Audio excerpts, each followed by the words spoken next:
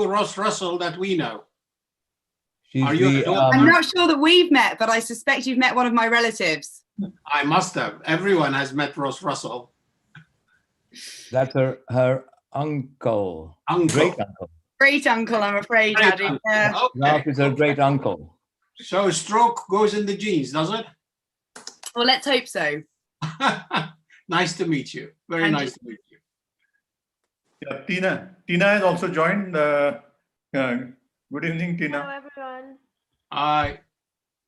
Chandrasekhar, can I just see if I can share my screen? Yeah, I think you should be able to share. Yes, Should I try I will. now? Yes, I will stop my share, sir. Okay. So just try mine. Yes.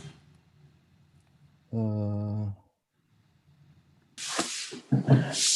we are. Yeah, can you see fine. that? Yeah. Yep. Great. Thanks.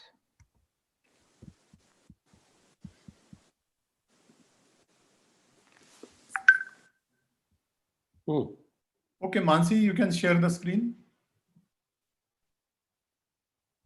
Yeah.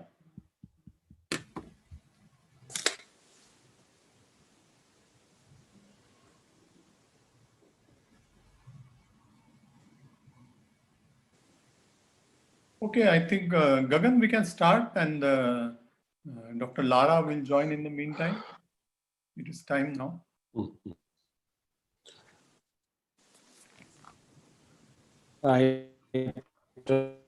Is Mansi? Mansi, is this session open? Yes, the room is open, so we are audible and visible to the audience now. Okay. Excellent. Thank you.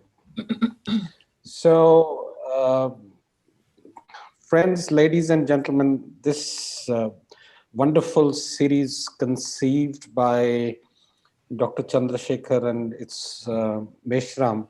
It's always such a great pleasure to be associated with him. And he comes up every alternate Saturday. I think it's every alternate Saturday, and that's what we were discussing. Professor Raj Shakir was just asking him how many more Saturdays. But these Saturdays are well spent, I can assure everyone. And these Saturdays are extremely useful.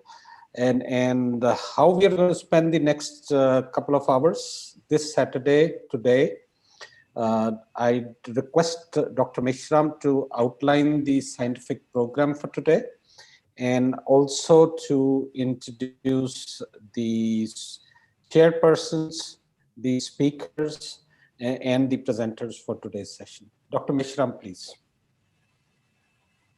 Thank you, Dr. Gagandeep.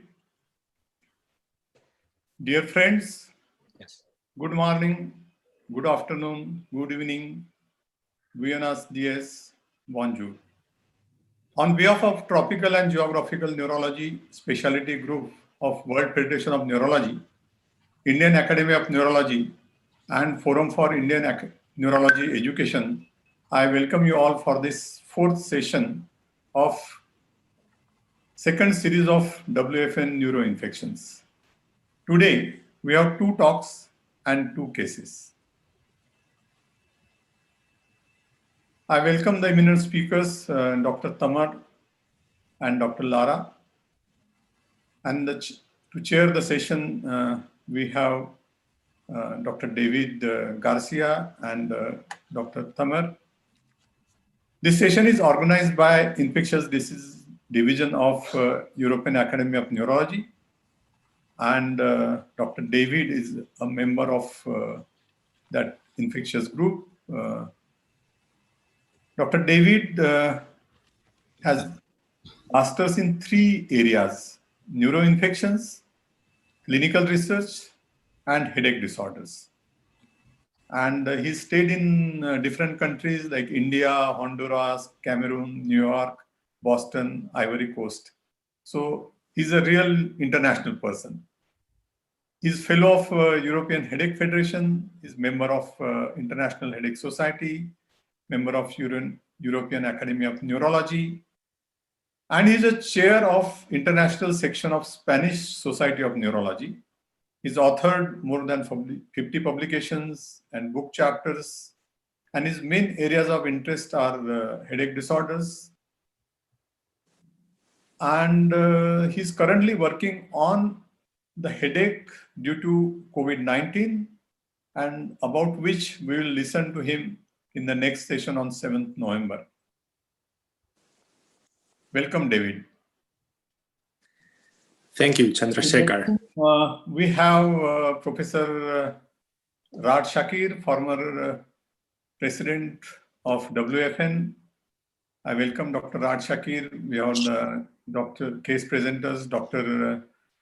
Hadi Manji and Dr. Amy Ross Russell, and WFN Secretary General, Professor Wilfang Griswold, Hello. WFN Trustee, Steve Lewis, Dr. Agustina Charve-Feli, who is President-elect of African Academy of Neurology. I welcome you all, and I'm sure that you will enjoy this session, and I hand over the mic now to Professor David to carry out further proceedings. Thank you, Chandrasekhar. It's a real pleasure to be here together with you. I am delighted to be part of this infectious disease course that the WFN is carrying on. It's really an example of integration of the different societies of neurology wide. And it is my pleasure to introduce the first speaker, who is also a colleague from the European Academy of Neurology, from the infectious disease panel. And it is Dr. Tamar Akhvlediani. Excuse me, Tamar, if my pronunciation is not the most appropriate. And Tamar is she was graduated in medicine in Tbilisi, in Georgia. She completed the neurology residency there in the Tbilisi State Medical Academy. She completed her studies by doing a research fellow at the neurology clinic in the University Hospital in Zurich, Switzerland. And she did a PhD in neurology in Tbilisi in 2015. She's also trained with a Master of Science in the University of London under the subspecialty of tropical medicine and hygiene. And she is a clinical research PI at the TMS Global Professional Services. She's a renowned lecturer in the field of neuroscience and neuro-infections. And as I said, she is actively involved in the infectious disease management panel group of the European Academy of Neurology. And she's also a member of the European Society of Clinical Microbiology and Infectious Diseases. So it is my pleasure to introduce you, and she will give us the first lecture on the topic of nosocomial infectious diseases. Please, Tamar, the screen is yours. Thank you. Thank you very much, organizers, for inviting me to this very interesting educational session arranged by WFN. And also I would like to thank EAN to give me this opportunity to present at this session today. As David mentioned, my talk will be about the nosocomial infections of the central nervous system. I will try to share my screen. Let's start.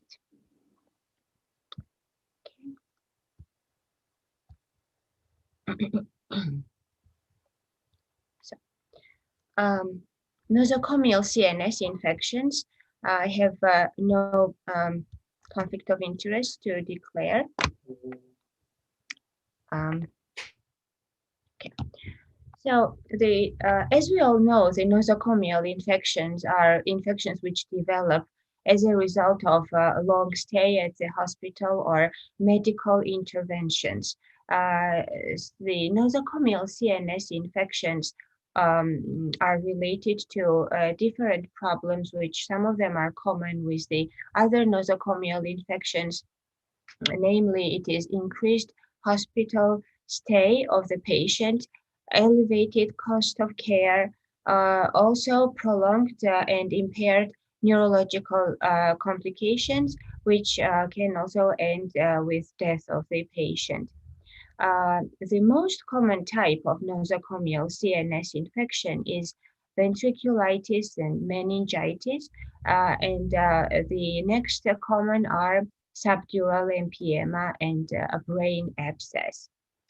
As we know, there are other nosocomial infections that are much more common than the CNS infections, and the leading in this list, of course, are the respiratory nosocomial infections, ventilation-associated pneumonia, surgical site infections, gastrointestinal, urinary tract, etc.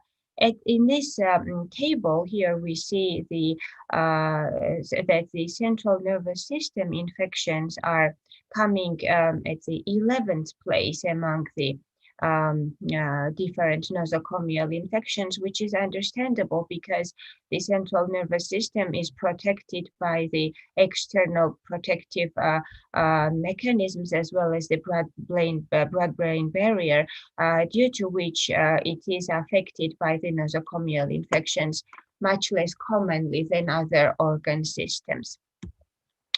Now, causative agents obviously can be bacteria, viruses, and fungi.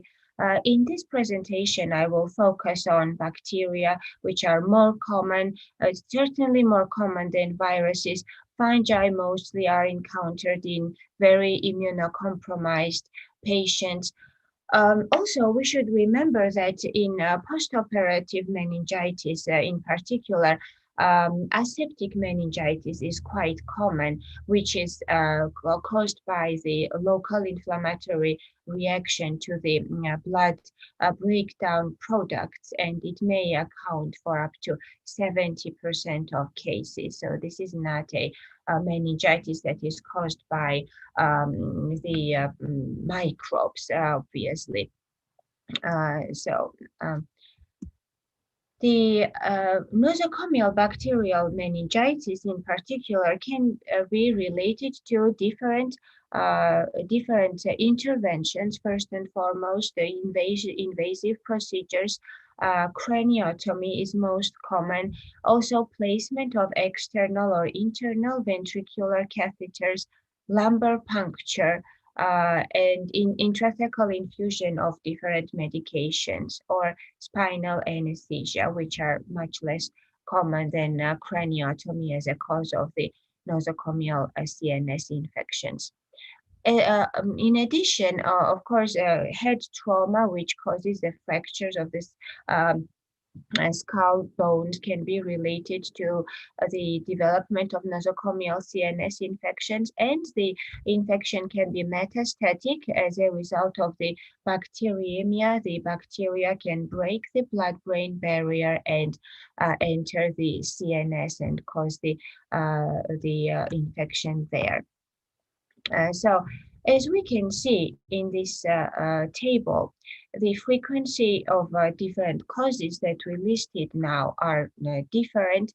So we can see that craniectomy is most common cause of subsequent nosocomial CNS infections.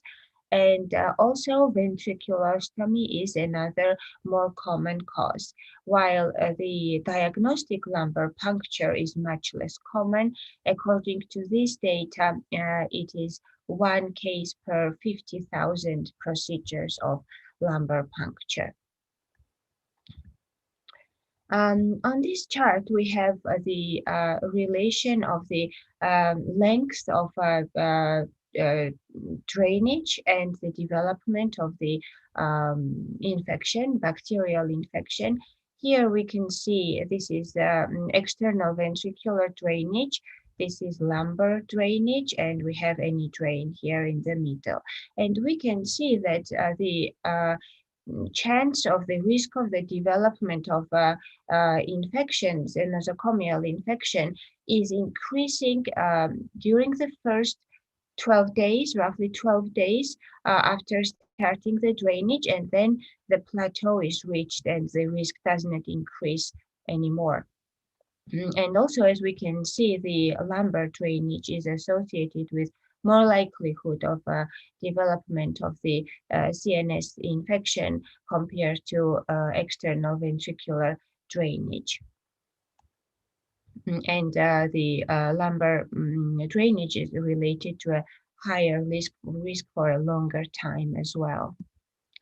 Now, as to the pathogens responsible for nosocomial CNS infections, obviously, these pathogens are very different from community-acquired infection-related pathogens, and the list looks like this. So if we are talking about the penetrating trauma or basilar skull fracture, the most common pathogens are staphylococci, whether it's coagulase negative staphylococcus, mostly Staphylococcus epidermidis or Staphylococcus aureus, as well as it can be caused by aerobic gram-negative bacilli.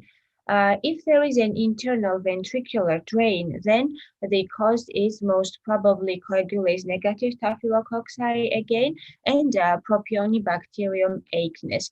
These are basically the bacteria which colonize the skin, and during the procedure they can enter the CNS and cause infection, CNS and cause infection there. As to the basilar skull fracture, because of the relatively common colonization of upper respiratory tracts and nasopharynx with Streptococcus pneumoniae, the pathogen that we may encounter here is exactly Streptococcus pneumoniae.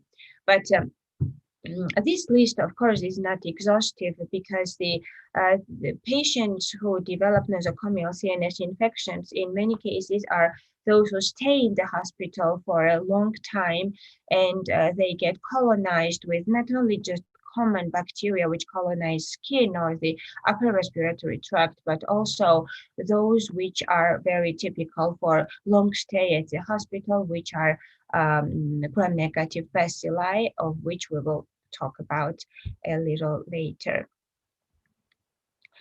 So here in this table, we have represented different reports of nosocomial CNS infections starting from 1995 to 2014, and we can see that among the listed pathogens, we also see gram-negative bacilli like Acinetobacter baumannii. We see here Enterobacteriaceae. We see all the way from the 1995. But if we come down, there is a more frequent Acinetobacter baumannii reports, Pseudomonas aeruginosa, which have become a big problem in terms of treatment for not only the nosocomial CNS infections, but in general for nosocomial infections of other location as well.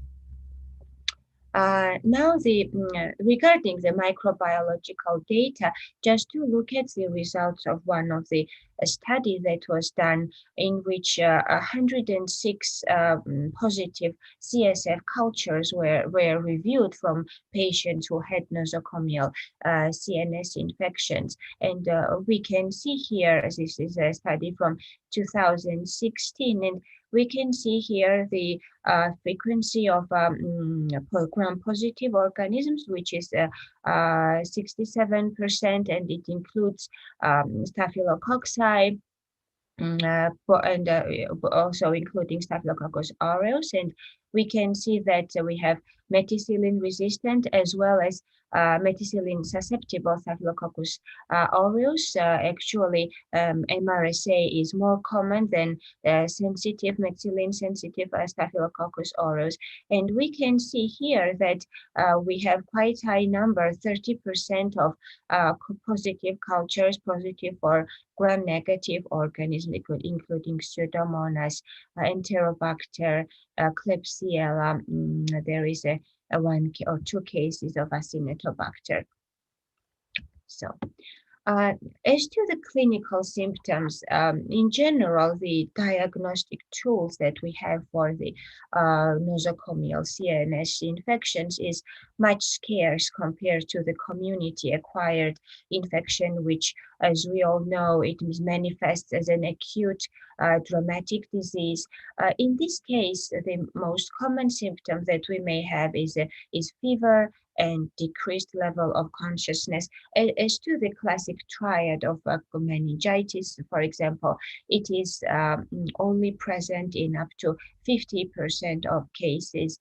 It is understandable because these patients are in most cases sedated at the ICU. They've just had, some of them have just had neurosurgical interventions, which of course decreases the likelihood or a chance of detecting different clinical symptoms. The diagnostic workup includes regular methods that we all are using. It is neuroimaging, cerebrospinal fluid analysis, and blood culture as well is helping us with this. So neuroimaging, so CT can be used to see the for example, if the CSF is draining and the location of the drainage can be detected, whether the shunt has displaced or not, or also the brain shift can be detected. Also, the size of ventricles, which will indicate to the developing hydrocephalus and developing increased intracranial pressure. All this is evaluated by the neuroimaging, so it's also a very useful tool. As to the cerebrospinal fluid analysis, again, in this case, we have a very changed picture of what we are used to from what we are used to in community-acquired infections. So, for example, when we have a bacterial meningitis, nosocomial bacterial meningitis, the cell counts are usually low and we don't have thousands of neutrophils, unlike the community-acquired bacterial meningitis. So that's why cell counts in nosocomial CNS infections have both low sensitivity and specificity. Of course, the CSF culture is done, but it needs several days for incubation. And also, if the patient has been treated with antibiotics, the likelihood of getting the positive CSF culture is, of course, low. A lumbar puncture versus taking the CSF from the catheter. So if there is an obstructive hydrocephalus, obviously the lumbar puncture will not give us the true picture of the CSF because of the lack of communication between the ventricles and the subarachnoid space. That's why when there is a drain, when there is a intraventricular catheter, the CSF can be collected from there and examined. So one thing is more reliable, so namely the level of glucose. It is unlikely that there is bacterial meningitis if the glucose in CSF is normal. Because the other more common markers of this, the analysis results of the CSF are so uninformative in the nosocomial CNS infections, we are using extra additional markers to diagnose and differentiate bacterial versus other cause meningitis. For this purpose, we have serum and CSF markers. So one of them is CSF lactate, which is very informative according to some studies, but there is not a full consensus of its usefulness.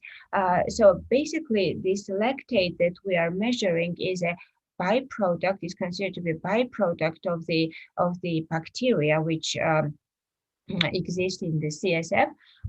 So it's evaluated that if the lactate is higher than 3.9 millimole per liter, we can assume that this is a bacterial infection.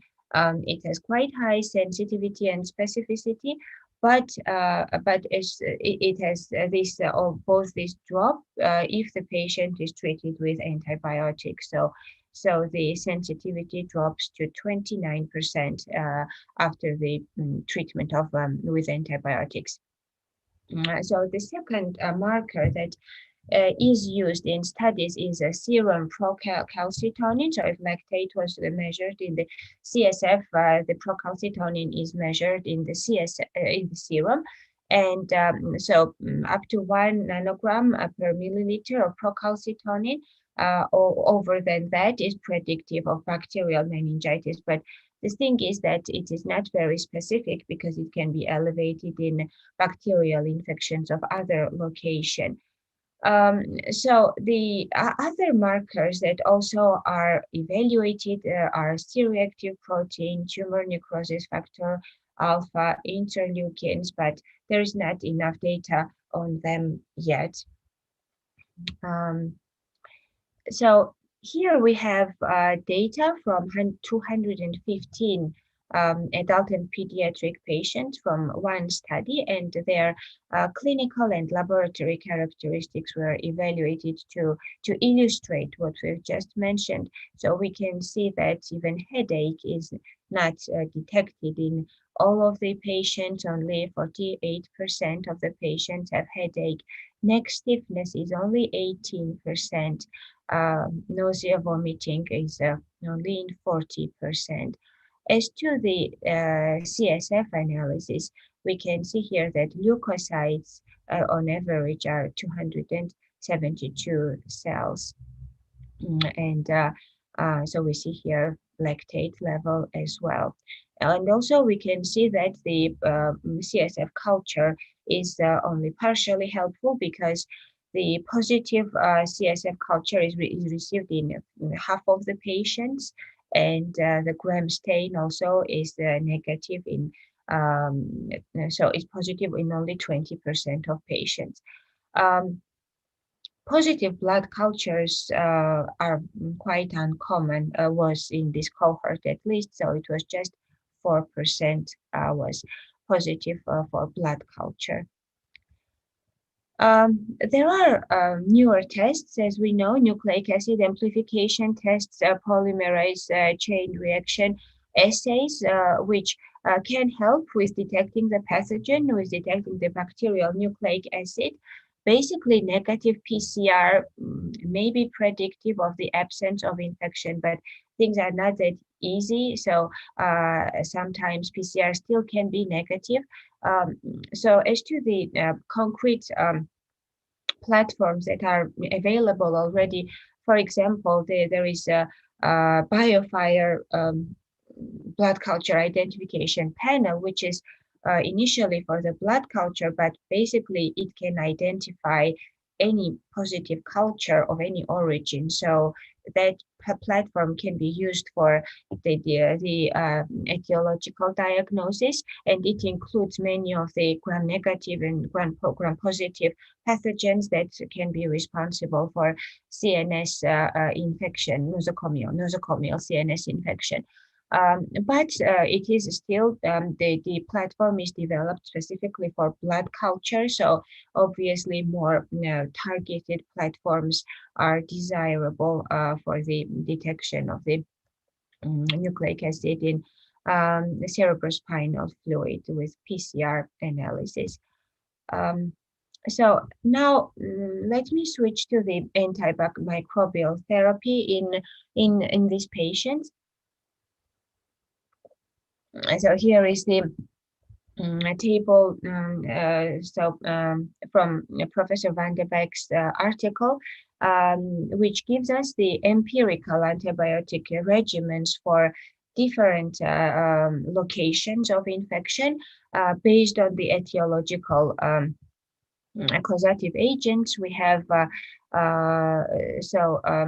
for example, if there is a post-neurosurgical infection, we need to cover for staphylococci, and we need to cover for possible Pseudomonas or other gram-negatives, right? So that's why we are using vancomycin and cefepime, ceftazidime, or meropenem. So it's from the carbapenems, the preference is given to meropenem because it is less related to seizures.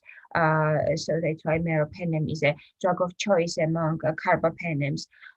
Of course, if we know that our Staphylococcus is methicillin sensitive, we will not start with vancomycin, and we will first start with anti-staphylococcal penicillins. But if we are doing empirical treatment, and we saw that resistant methicillin-resistant staphylococci in one case was more common, in one study was more common than sensitive, that's why to be safe, empiric treatment includes vancomycin. The same regimens are provided for ventricular or lumbar catheter-associated infection and the penetrating trauma because the pathogens are the same. And in basilar skull fracture, as I mentioned, Streptococcus is a more commonly encountered pathogen, and we still want to cover for gram positives for that purpose, and also possible gram negatives as well. So penetration of antibiotics is a problem in this CNS. So even the most commonly used antibiotics have a low penetration, especially in non-inflammatory condition, but we obviously need them in inflammatory conditions, so that's not a problem. The cephalosporins only reach 15% of penetration in strongly inflamed meninges, meropenem up to 25% of penetration. A good thing is that beta-lactams have a less expressed toxicity, so we can increase doses to achieve a better penetration, better reaching of antibiotics to the CNS. But the same cannot be said about vancomycin, aminoglycosides, colistin, which are much more toxic drugs. So because, as we mentioned, the penetration is so low, the intraventricular administration of antibiotics is recommended, especially when we have already a catheter and it's an infection related to this procedure. So most commonly used intraventricular antibiotics are vancomycin and gentamicin, aminoglycoside. So, but the doses are not standardized. So usually after the first dosage, the drain is closed to achieve the concentration. And here we have the doses of intraventricular treatment, but these are all based on the different experience of different studies and clinics. There is no standardized dose recommendations for this intraventricular use of antibiotics. Now, special attention should be paid to the multidrug-resistant gram-negative bacteria, which represent a big problem worldwide in terms of the treatment of nosocomial infections, including nosocomial CNS infections. These are Enterobacteriaceae, which is Klebsiella pneumonia, E. coli, especially these two, as well as Pseudomonas aeruginosa and Acinetobacter baumannii. And in particular, among the different types of resistance, a big problem is carbapenem resistance. When these gram-negative bacteria, they develop carbapenemases, which destroy the drug. So there should be another regimen sought in these cases. And the first and foremost, mostly common antibiotic is a polymyxin, one of the polymyxins, a colistin, which is commonly used, but not alone. So especially in the CNS infections, nosocomial CNS infections, colistin is usually used as a one of the drugs. So it's a double combination or triple drug combination. If the carbapenem's minimal inhibition concentration is less than 8, then meropenem can be used together with colistin. And in a 3 regimen, most commonly used drugs are colistin, meropenem, and tigecycline. There are other combinations as well, which can be used. So Just to visualize, we all know the problem of drug-resistant drugs, especially, bacteria, especially Acinetobacter species. We can see what a big problem it represents for the Eastern Europe, for the Southern European countries. It's over 50% of multi-drug resistance in Acinetobacter species. This is WHO data. And as to the Pseudomonas aeruginosa, we see here that there is over, in this color, we have 25% is resistant to carbapenems, and this dark one is 50%. So we can see that most of Central and Western Europe have this problem of carbapenem-resistant Pseudomonas aeruginosa. So for this purpose, these are this is a study which was done by ESCMID. Basically, they surveyed the ESCMID member countries as well as US, and they were asking which regimens were used for carbapenem-resistant infections. And here in this column, we have CNS infections, nosocomial CNS infections, and we can see that only polymyxin, colistin is meant here, is used very rarely. So in double combination therapy, polymyxin and carbapenem is most commonly used. And in triple therapy, it is polymyxin, tigecycline, and carbapenem is the most commonly used regimen. But as we can see, there are other regimens as well. Now, in response to this increasing multi-drug resistance, IDSA in 2017 issued these practice guidelines, and the recommendations are represented here both for standard therapy and alternative therapies. And we can see here that especially for the Acinetobacter, colistin is recommended for the alternative therapy, and it's quite commonly needed for Acinetobacter. I would like to draw your attention to some problems of availability of antibiotics, and also would like to once again map Georgia for you. So this is Georgia, where I'm coming from, and as you see, it's on the eastern edge of Europe, and we are neighboring with Turkey and Russia, and on the south with Armenia and Azerbaijan, and we are located between the Black Sea and Caspian Sea. So there are some new antibiotics which can be used for treatment of gram-negative bacteria that I mentioned just in the previous slides. But the problem is that in Georgia, for example, we don't have availability of these antibiotics. So we can see that the regimen is working, but because of some technical problems, because of the problems with registration of the drug or pharmaceutical companies' interest to bring the drug to in the country, we don't have these drugs available. And this is not the whole list. This is just part of the drugs, antibiotics, which are not available in Georgia. And I believe that in other countries as well, as at least in the countries of Caucasus, they are not available either. This is ceftazidime, avibactam, tigecycline, aztreonam, etc. Also, I just would like to mention that maybe the future lies in, and the hope is in phages as well, phage treatment of nosocomial CNS infections, but we don't have enough data yet. So in Georgia, phages are used, they can be used, it's allowed for the treatment of patients, but we don't have enough data to present, so that's why I don't have concrete examples in this case.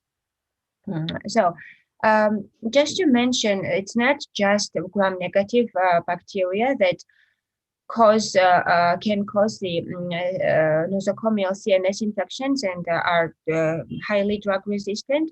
Also, we can have vancomycin-resistant enterococci, which can be responsible for nosocomial CNS infections in patients who spend a very long time at the hospital normally enterococci do not represent a threat, but in these sick patients who stay long at the hospital, they certainly can cause CNS infections, and vancomycin obviously can't be used in this case. So instead, linezolid is a choice, and daptomycin, but daptomycin does not cross blood-brain barrier well, so it should be used for intrathecal or intraventricular administration only.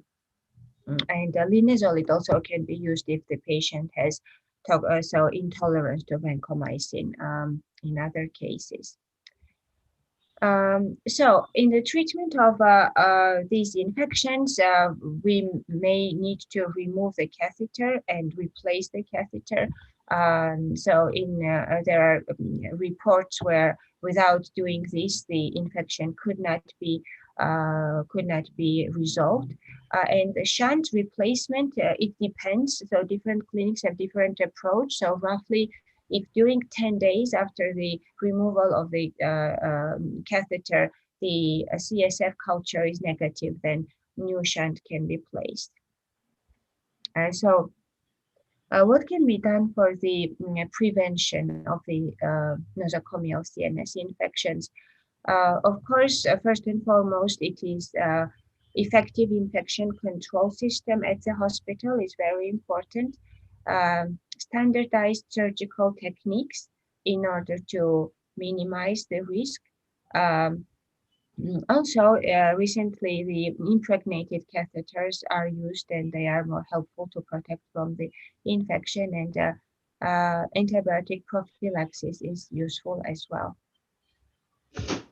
This is all that I wanted to tell you. Thank you very much for your attention.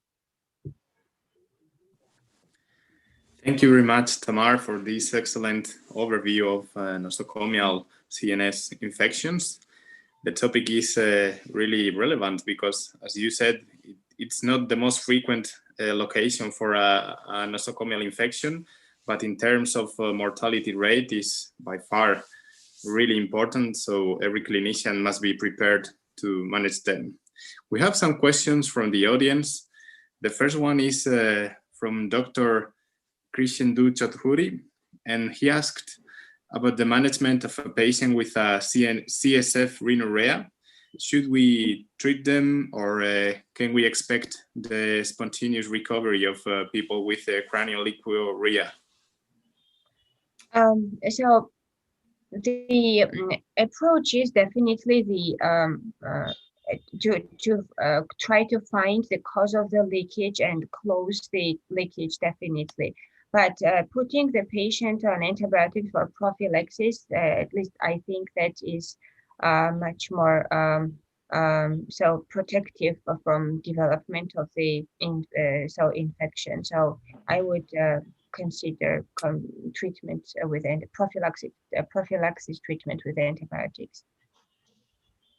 Okay.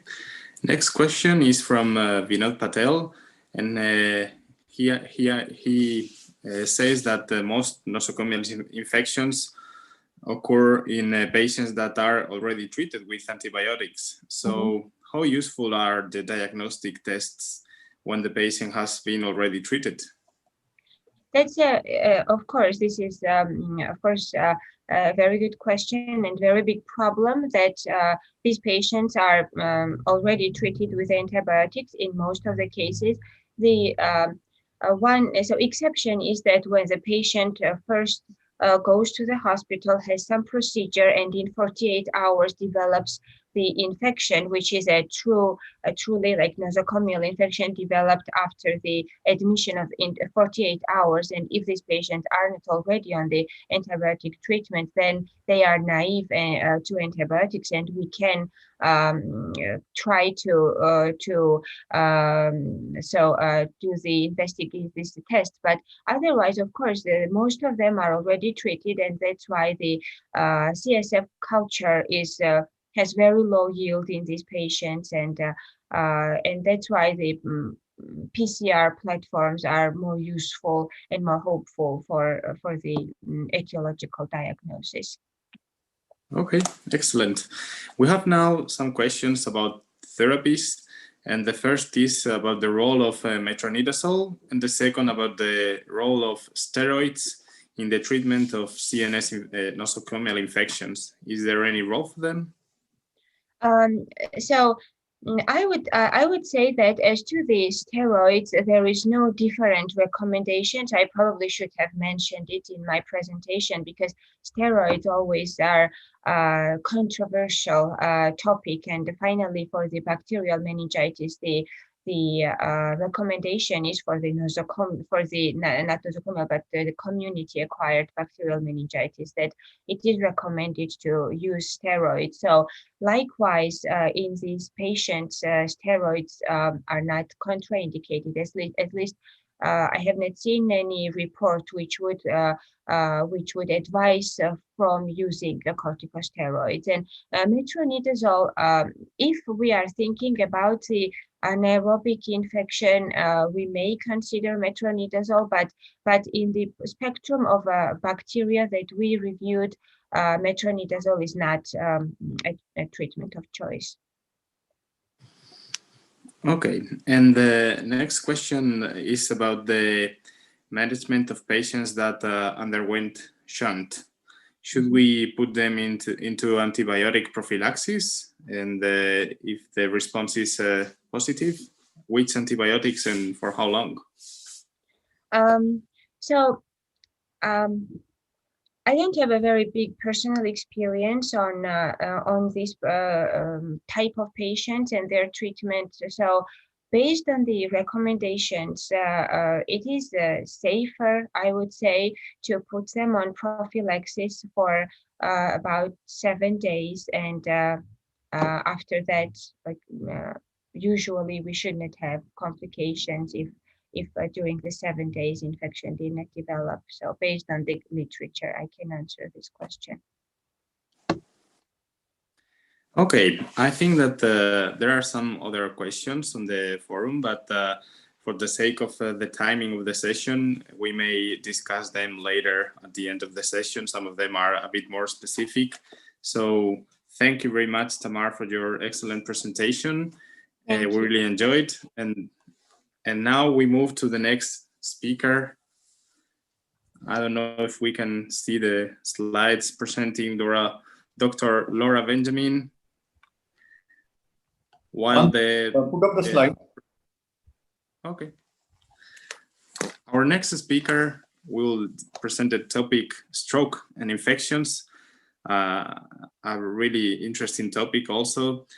Laura Benjamin is an honorary senior research fellow and consultant stroke neurologist at the Stroke Research Center in the University College London and the National Hospital for Neurology and Neurosurgery. She graduated from USL in medicine in 2005, and she became a PhD fellow on the Wellcome Trust on HIV infection and stroke in Malawi at the University of Liverpool.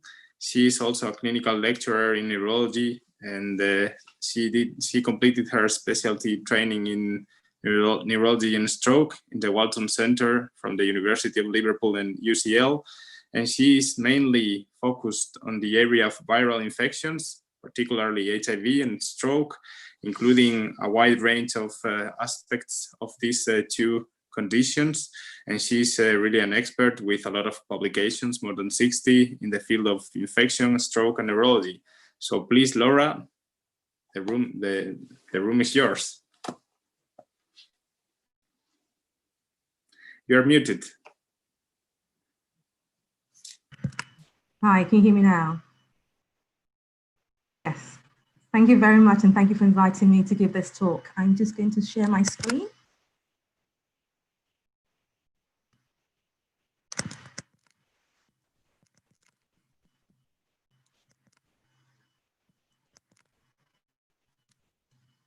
Yeah. So I am going to talk to you in the next half an hour about infection and stroke. As introduced, I'm Laura Benjamin. I'm a consultant neurologist, stroke consultant neurologist, and honorary clinical fellow. So over the next half an hour, I'd like to give an overview of infection and stroke, which is quite a big task. And I'm going to try and distill this by giving 3 case series And hopefully the themes that will emerge from this are recognizing atypical stroke syndromes, which are sometimes very typical of infection stroke presentations, recognizing the possibility of an infection-associated stroke so that you actually can initiate investigations in stroke patients, and also treatment options, of which there are limited, but there are a few. So I thought it was good to share this slide because WFN played a very big part in changing the ICD coding of stroke. I thought it was quite an aptly named title, The End of a Long Exile. And it really made a difference, and I think it will really have an impact on the epidemiology of our understanding of stroke, and also mechanism, which you will see here that we still have a long way to go. So just to give you some insight about stroke and how things have rapidly changed over the last 10 years, or more so 20, but accelerated in the last 10 years. In the sense of stroke units and cohorting patients in one ward and managing them in a multidisciplinary way, thrombolysis, which reduced the outcome of stroke quite significantly. And through that, hyperacute stroke units accommodate the rapid process of thrombolysis, and mechanical thrombectomy, which has radically improved stroke management, reversing disability. And that has some implications, and I'll show you why in terms of barriers that it may have on stroke and infection. So stroke pathway, patient comes into stroke. This is certainly in the UK. I can't speak for other countries, but I suspect there are similarities. They attend a hyperacute stroke service, and then if they're able enough, go into the community and continue having rehab there. And if they're not able enough, they move on to acute stroke unit and then subsequently rehab, usually for a maximum of 6 months, sometimes sooner. And through that process, you're going to have a high throughput of patients coming through. So there's that drive to move patients through the hospital, and also a combination of thrombolytic, antithrombotic, and antiplatelet therapy, which all has implications of diagnosing infection stroke. And I'll show you through the cases how that's unravel that through the cases. I thought it's important to talk about the vascular characteristics and the clinical phenotypes before we start thinking about the different mechanisms. And many of you would know this in the sense of when we think about arteries, we think about size of the artery, we think about extracranial, and we think about intracranial. And the important differentiating between extra and intracranial is the blood-brain barrier. An immune privileged site and not so immune privileged. And if you have disease, especially infection, you need to break that blood-brain barrier and get in there to cause vascular disease. But also in the composite of the arteries as well, which is what we're focusing on in the sense of stroke. Large vessel arteries have intima, pseudo-medium vessel arteries, and small vessel arteries don't. And it has implications in the disease processes that can occur.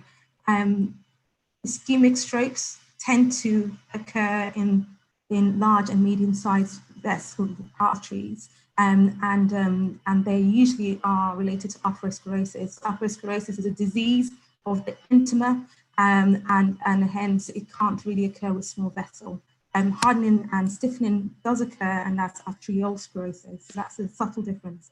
If you can get deposit of protein, which we're not sure if it's related to infection or not, and that can cause disease there. Genetic and vasculitis. Note that vasculitis can occur in large vessels and small vessels. These etiologies tend to give you hemorrhagic strokes and sometimes ischemic as well, and this tends to give you more ischemic strokes.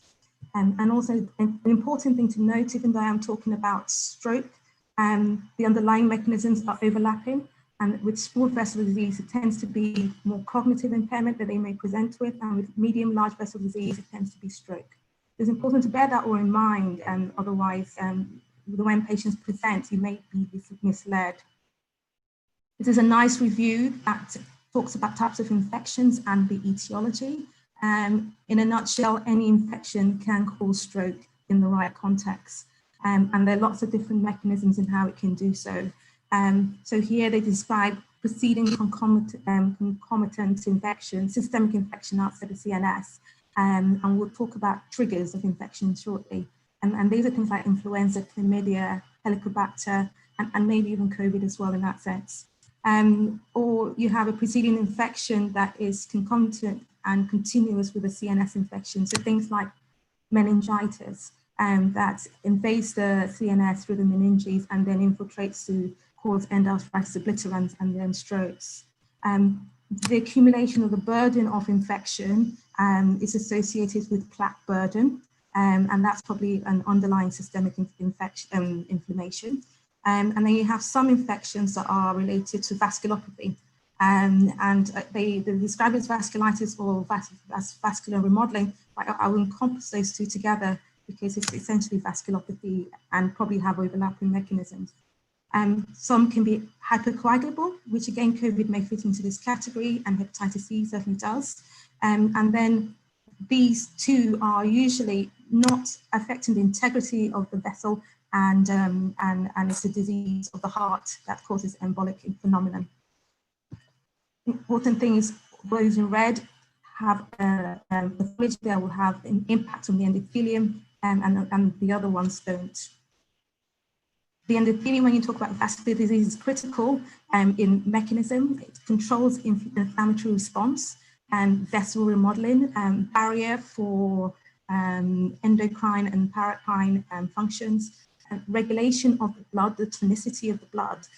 So if you activate it, and if you activate certain pathways, you can induce all of these processes, and hence it's a critical pivotal point to understand the mechanism of strokes.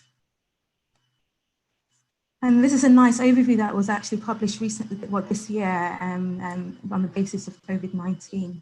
And it's just to emphasize that when you think about infection, we often focus on this aspect here in the causal relationship with infection, either as a trigger or as a direct invasion leading to stroke, but also to say that infection can lead to, stroke can also lead to immunodepression, and hence increases your risk of acquiring infection, which will have an impact on your prognosis as well. And then chronic infections can also have an impact on developing cerebrovascular disease and potentially dementia. So it's a broad continuum when you think about infection and stroke, but for the part of this talk, I'll be focusing more on this area. When we talk about trigger, this is quite nice evidence to show that systemic respiratory tract infection, particularly on the first 1 to 3 days, increases your risk of developing a stroke. I think it's important to think about trigger in different modalities. Infection can trigger a stroke in the sense if you have an existing risk factor like a carotid plaque or AF, and the kind of hyperinflammatory state just accelerates that and brings it to the forefront. Or it triggers it in the sense of an autoimmune related response, or it triggers it in the sense of particles of the microbe or particles of the virus, particularly chromatin of it can be toxic to the endothelium and actually cause damage and trigger it in that sense. So that's just to bear in mind what we mean by trigger. So there are 3 cases that I'm going to present. And the first case is a 23-year-old female. She was diagnosed with seronegative and negative arthritis, bilateral iritis, chickenpox during pregnancy at the age of 18, and had a simple ovarian cyst. She had 2 days of left hand clumsiness, left facial droop, and mild headache. She's a smoker and occasionally drinks alcohol and denies illicit drug use. When she was examined, she had a left ataxic hemiparesis and normal sensation. Her NIHSS score was very low at 2, so very mild symptoms. Her cranial nerves were intact, her systemic examination was unremarkable, and her vital signs were stable. She was afebrile. So when she had her imaging, as you would do during that flow process I explained earlier, she had a CT angiogram, and you can see a clear abutting of the left, right MCA in the M1 segment, and there's some distal refilling there, but there's clearly a gap there. And she's got a striatal capsular infarct, very much in corresponding with where that eruption occurs. And I think at the time when they saw this patient, it was like, this is probably likely cardioembolic, and they looked for other etiologies, but she's clearly young. So she was extensively investigated for typical infections that we know of: HIV, syphilis, and nosocomial strokes, Lyme disease, hepatitis, metabolic thrombotic screening, as well as some genetic screenings as well, and antiphospholipid antibodies, all were negative. The only thing that was odd is her ESR was 40 and her CRP was 10. But she was extensively investigated for infection systemically, and nothing was found.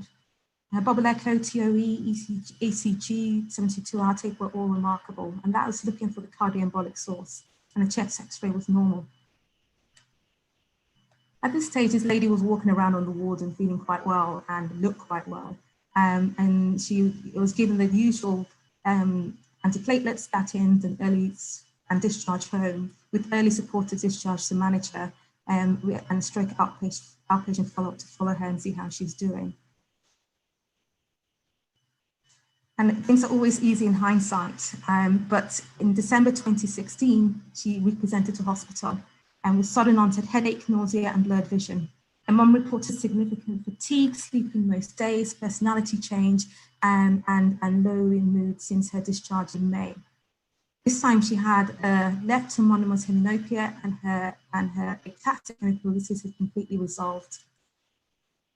So if we looked at her scan in May, she had a striatocapsular infarct and the butting of the M1 segment of the right M1 segment of the MCA artery. And the time in December, she had a P1, posterior cerebral artery 1 infarct. And you can see here a bit more clearly that she's recannulized in the MCA, but clearly progressed, and you've got a thready narrowing of her PCA as well, extending down to her vertebral arteries and beyond the M1 artery. So at the time, she was the first case. Rolf Jaeger, who I've got a picture there of, on the left, and Rob Simister and I were trying to set up vessel wall imaging at UCLH. And vessel wall imaging is, I think, is one of the ways forward to try and pick up inflammatory vasculopathy in patients presenting with medium large sized vessels. It's a combination of black blood, and it says what it means. The blood looks black, and it uses FATSAT T1 and black blood images, pre and post contrast, and also uses arterial spin labeling to try and create a pseudo perfusion scan as well. So that's just showing you the arrows are pointed to where you see that vessel there, which is the ICA coming through, and it's got that concentric, which is very classical of inflammatory vasculopathy inflammation, and you can also see that they're coming through the vertebral artery as well. So we've applied that on her, and you can see here that she had vessel wall inflammation. So and she also had it in her P1 as well, posterior cerebral artery segment 1. And so she has an inflammatory vasculopathy. And the perfusion scans here shows that she's got reduced perfusion. These are artifact transit times that you're seeing here, which shows a kind of reduced blood delivery to the given area. So there's hyperperfusion throughout the whole hemisphere, and there is vessel wall enhancement as well in this case. She had a lumbar puncture, arguably she should have had one the first time she presented, and she had oligonucleotide bound, which were positive and negative in the serum. And she was positive for HSV2. She also had a body PET, which showed no avidity, and it's important to emphasize that body PETs are useful if you have systemic inflammation and vessel inflammation, but they're not so useful if you're looking for subtle changes in the brain, because it's quite crude and everything lights up. And we also did intrathecal antibodies, which is an important thing to think about, especially when CSF is negative for virus, and it shows she had monoclonal antibody synthesis to HSV2. So that was quite convincing that she had a HSV2 infection, but more so convincing that we gave her antiviral and we gave her anti-inflammatory. And treatment in this situation is quite challenging, because sometimes we don't know if the virus is a problem or the inflammation is a problem, and we're limited to case series, so we gave her both. And we also luckily had privy to the images to kind of guide us whether she needed more. So this was pre-treatment and this was post-treatment. You can see the perfusion is pretty much restored, and the inflammation that you can see with these arrows have pretty much disappeared or nearly there. And she's back to normal and fine again, which is a nice story there. HSV2 is not a commonly reported form of infection, but it has been reported in a few series in systematic review. Just to give you a quick schema, it's a primary infection in the mucosa, genitalia, migrates through the neurons, and usually hosts itself in the sacral ganglia, but sometimes hosts itself in the trigeminal ganglia. Becomes latent, reactivates sometimes, and can reactivate typically in the meninges to give you meningitis, but also can reactivate and trap back, especially in the trigeminal ganglia, and go on to cause a stroke. So take-home message from this case: consider lumbar puncture in patients with a stroke and unexplained raised inflammatory markers, but you need to perform this safely. These patients are maybe on antiplatelet, for example, clopidogrel. We recommend waiting for 7 days before doing the lumbar puncture. Patients with unexplained vasculopathy, consider MRI first wall imaging, and consider looking for indirect cause evidence of infection, such as intrathecal synthesis. Let's see how I'm doing for time. So case number 2 is a 34-year-old female. She had AML, and for that she had a stem cell transplant, and she was on cyclosporin and seemed to be in remission. So she presented with an unusual presentation: sudden onset loss of power of both legs, and she had to lower herself to the floor and unable to move all 4 limbs for 5 minutes. And she had this urge to open her, and following this recovered immediately. There was no warning, there was no loss of awareness, no speech problems, headaches, sensory symptoms of swallowing difficulties. Further episode in the evening and 2 days later. On day 5, she had sudden tingling of her left upper and lower limb, and then she felt her hand was stuck. She had no power to raise it, and her fingers were clawed into a fist, and she was unable to release it, and that lasted for 3 minutes, and then it resolved. When we examined her, she had a mild ataxic hemiparesis. She presented with like this to the hematologist. I think the feeling that these may have been seizures, they knew there was something wrong in the brain, so they did a scan. And they showed that she had a striatocapsular infarct, again similar to the other case. And you can see that there is DWI mismatch, so that's an acute striatocapsular infarct. The question is whether that explains all her symptoms neurologically, and it doesn't. So it makes you think there may be much more. I actually went to see this patient in particular, and she gave further history, which was very relevant.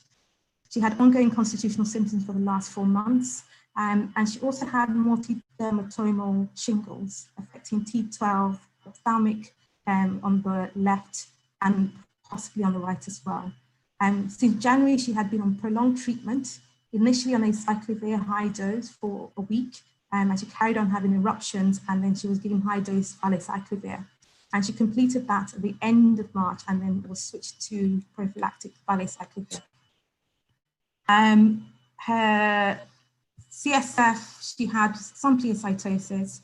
Her white cell count was a bit elevated and may well be pathological, and she was positive for VZV. And she has some indication of immunodeficiency as well when we did her lymphocyte subsets. We did vessel wall imaging on her, and you can clearly see that there is vessel wall enhancement, but not just in that area where you saw the striatocapsular infarct, but also other areas as well, in the opposite side and also in the PCA territory as well. So she had widespread vessel wall inflammation. And then after a month of, again, both antivirals, IV, acyclovir for a month, and steroids, it resolved, and her symptoms resolved, and she got better. So just another case of how these patients are difficult to recognize and also sometimes difficult to diagnose. We know that there VZV, or herpes zoster, is a risk factor for stroke. It affects ischemic stroke more, and it tends to be the biggest peak tends to be 3 to 4 weeks after your ophthalmic shingles. Also bearing in mind that about 30% of patients who have VZV don't have mucocutaneous manifestation. So sometimes you might be blind to that.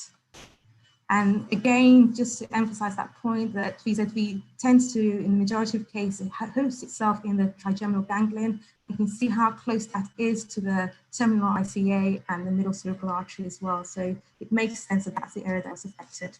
And it's one of the viruses that we have actually seen infect the vessel with concomitant inflammation as well.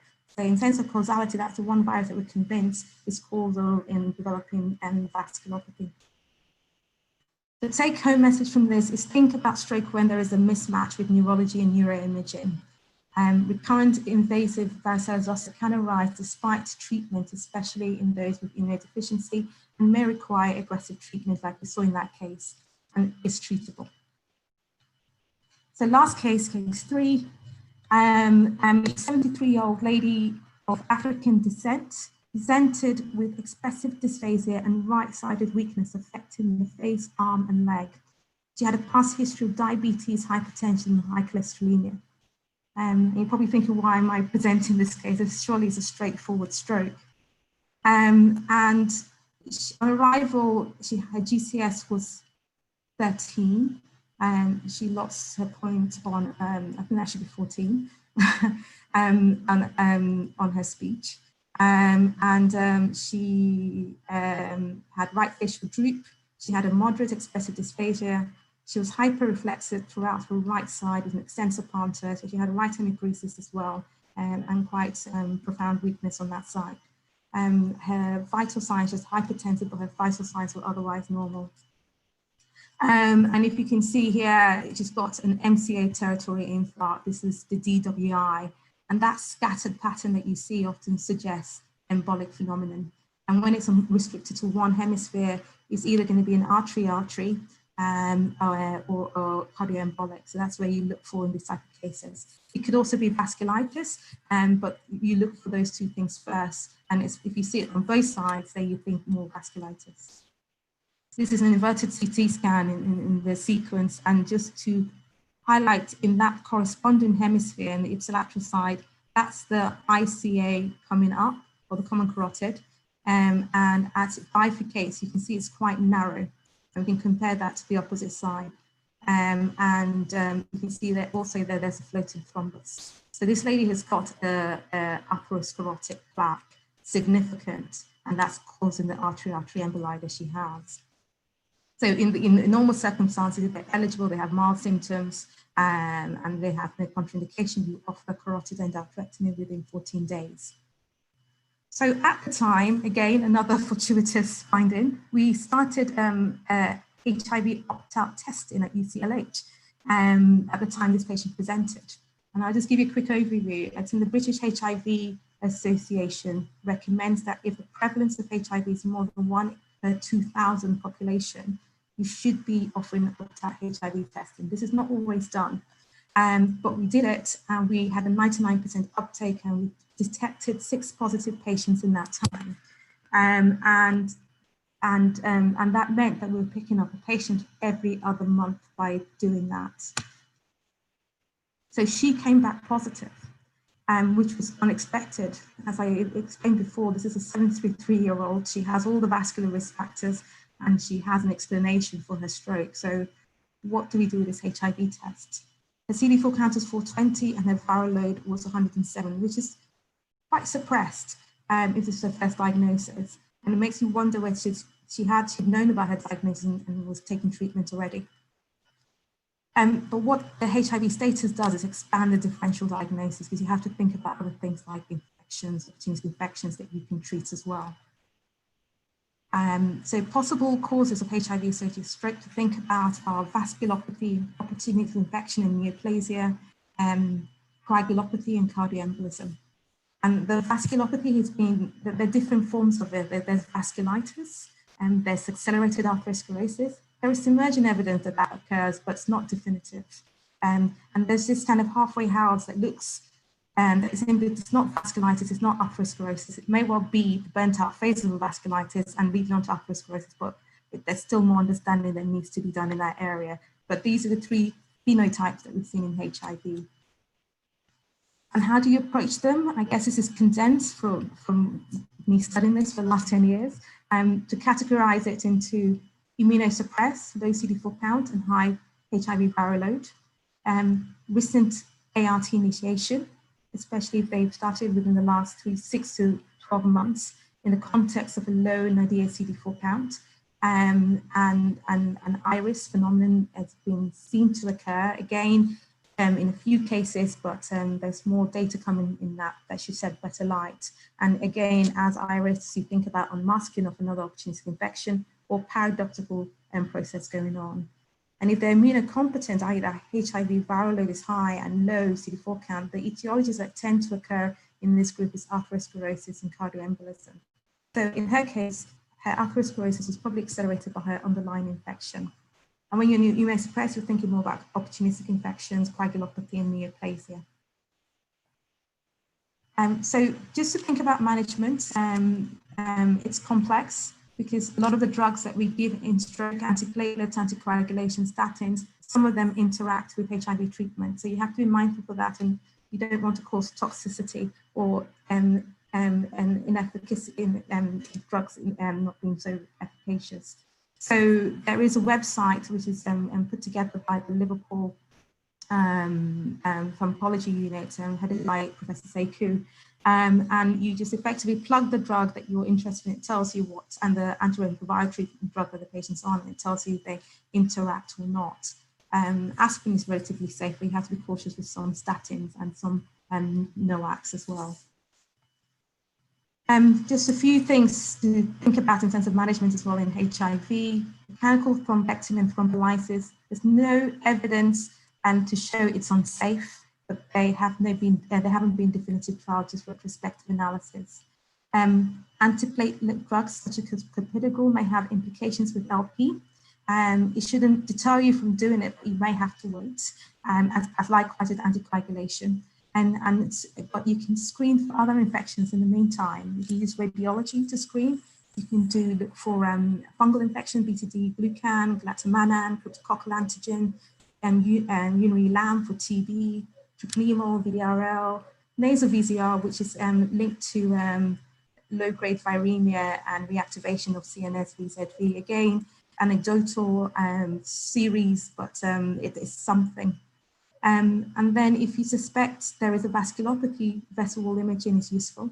Opportunistic infections to think about as well. And if they have it, there is some evidence to show that you should delay starting antiretroviral treatments for 4 to 6 weeks to try and limit the possibility of iris.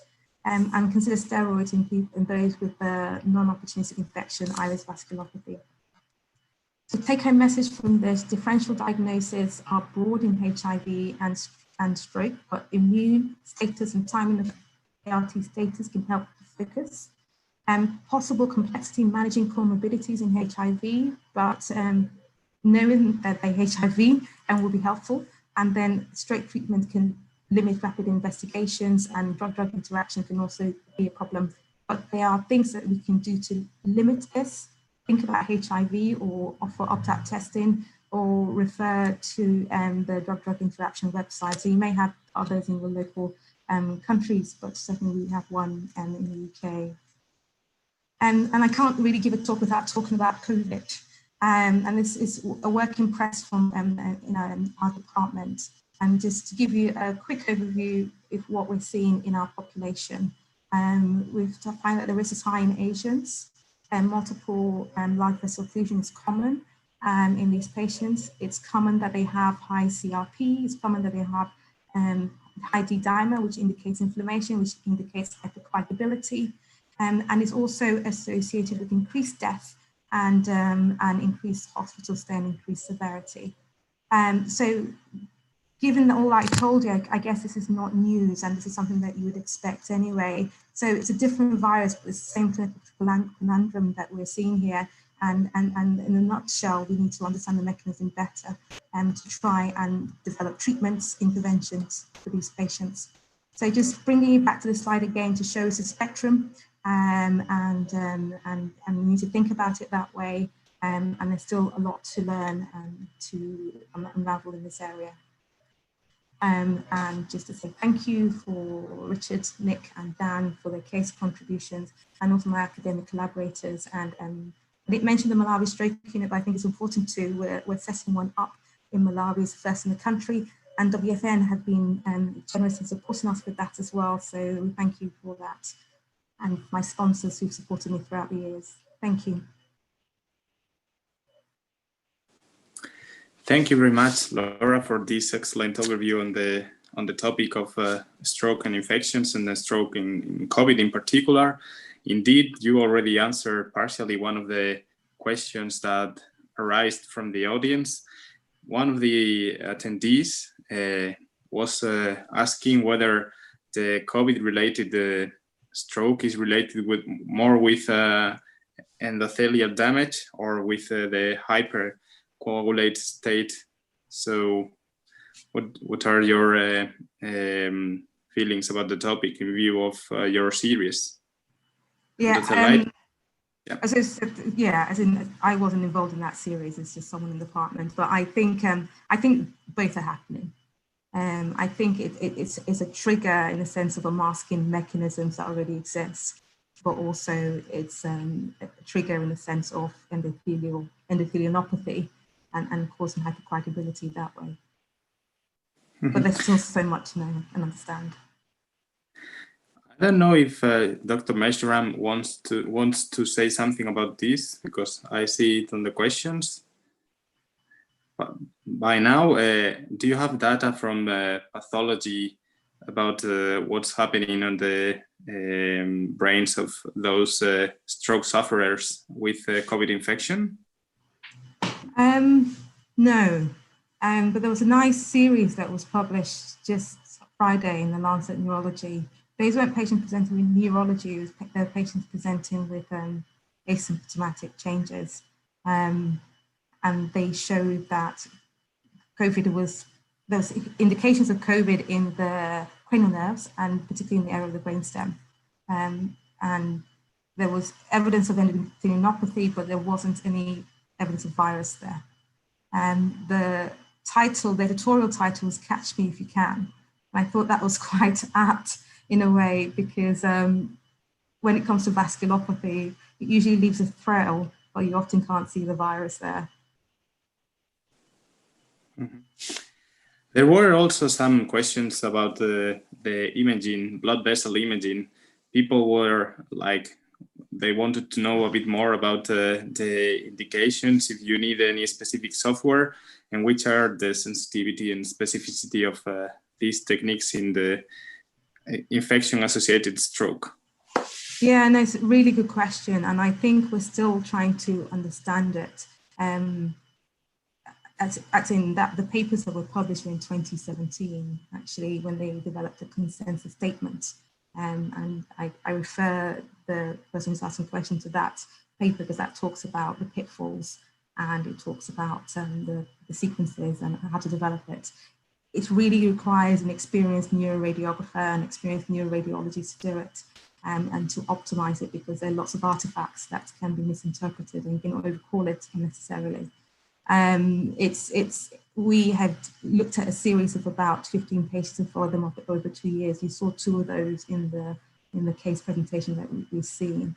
And generally, I think the feeling is that it's sensitive.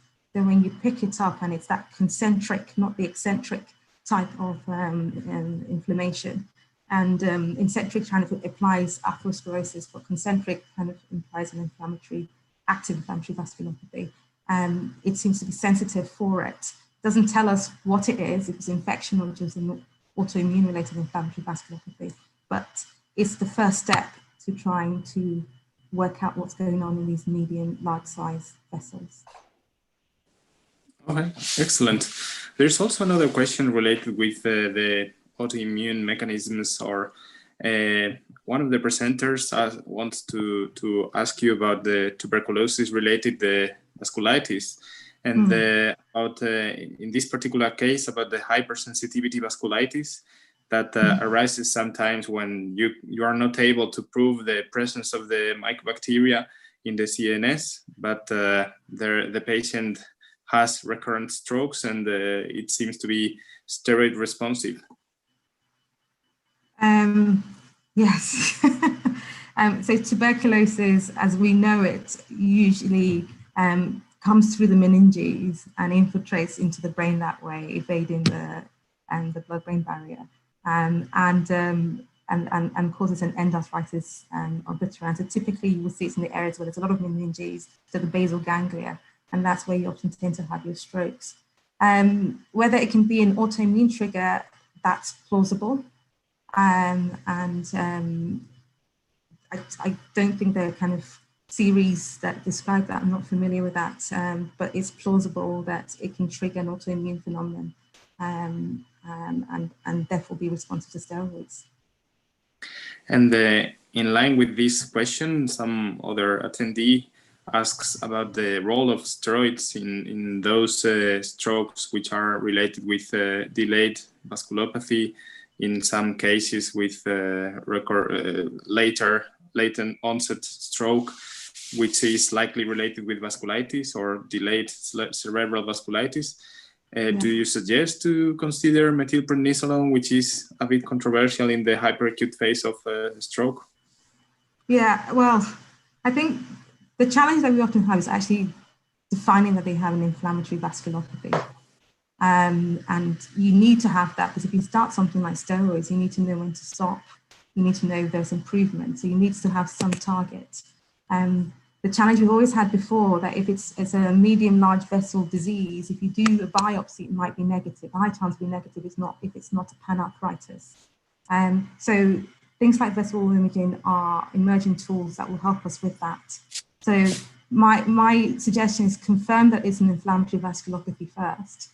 And you can do that clinically without necessarily having vessel imaging, evidence of inflammation in the CSF, recurrent event that shows quite active process going on. And as long as you've excluded infection and been quite thorough about it, I think it's very reasonable to give steroids. Okay.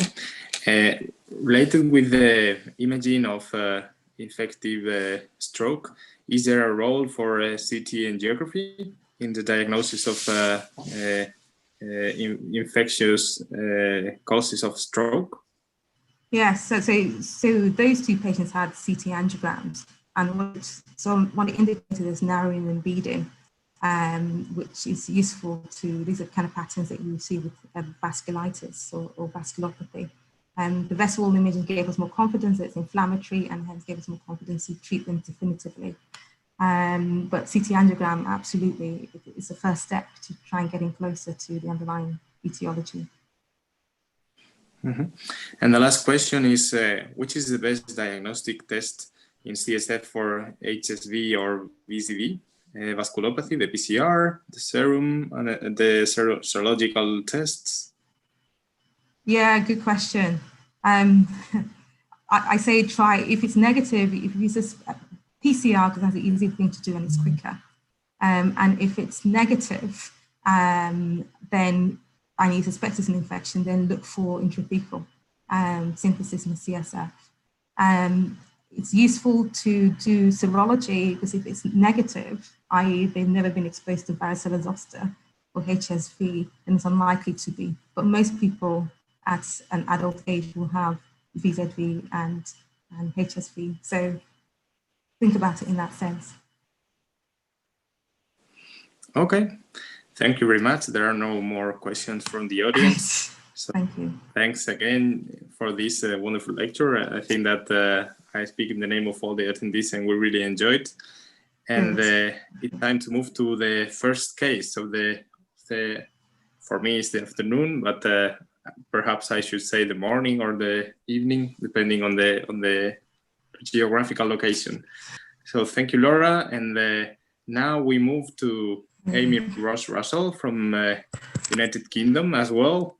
And she is actively involved in the British Association of Neurologists and Trainees. Also, she's involved in the European Academy of Neurology Residence and Research Fellow section. And I should not say very much about the case, because it is you who must know which is the solution for the case. So please, Amy, it's your time. Can you hear me okay? Yeah. Great. Well, thanks very much for the opportunity to present this really interesting case who I met a few years ago. I just want to also thank the family of this patient who very generously gave me all of her own videos that are going to be part of the presentation. So she presented with a week's history of progressive left facial pain with an electric shock-like sensation spreading down into her left shoulder and arm. And when we met her, she had a normal neurological examination, but she was febrile with a temperature of around 38. She had, as you can see, a slightly erythematous rash with some excoriations on the left side of her face. And she was noted to have bilaterally perforated eardrums, although no vesicles in her ear. Just to give you some background, this is a 26-year-old student nurse who was working on an acute medical unit in the south of England at the time. She had a past medical history of frequent chest infections. She'd had recurrent courses of antibiotics, but she'd never required hospital admission for those. She'd had shingles about 6 years prior to her presentation, and she'd had a recent admission to hospital 2 months before we met her.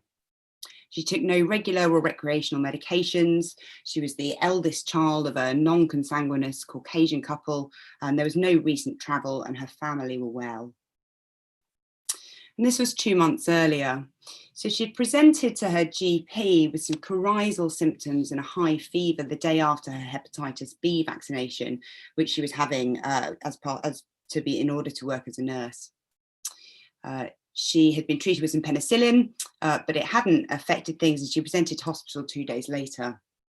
And when she arrived, she described abdominal pain and episodes of diarrhea. You can see here, in comparison to the other photo which I showed, she's got quite a swollen face. It's quite erythematous, and that erythema spread to involve her trunk and into her limbs as well. She had some lower urinary tract symptoms, and urinalysis showed a sterile pyuria. And she also described eye irritation and had some conjunctival injection, so was sent to see our ophthalmology colleagues who diagnosed an allergic conjunctivitis. Her initial blood tests demonstrated raised inflammatory markers and an acute liver injury. And so a panel of investigations pertinent to acute liver injury were performed. We were particularly interested in Epstein-Barr virus serology, given this florid rash shortly after being treated with penicillin. But all the viral screens returned negative. In fact, the only abnormality that was noted on her liver panel was a very low IgA level and an undetectable IgG level. It wasn't totally clear whether that was a consumptive process from an acute infection. And so recommendations from immunology at the time were to repeat those immunoglobulins when she was well, and otherwise to manage her acute presentation. So she was treated with broad spectrum antibiotics and also for steroids, because in the absence of a viral or other infectious trigger, it was thought likely to be an allergic reaction. And she made a gradual recovery over about a week. Her blood test normalized and she was discharged. And when her immunoglobulins were repeated a few weeks later, they still demonstrated very low levels of IgA and undetectable IgG, which confirmed a diagnosis of common variable immune deficiency, and she was referred as an outpatient to the tertiary immunology service.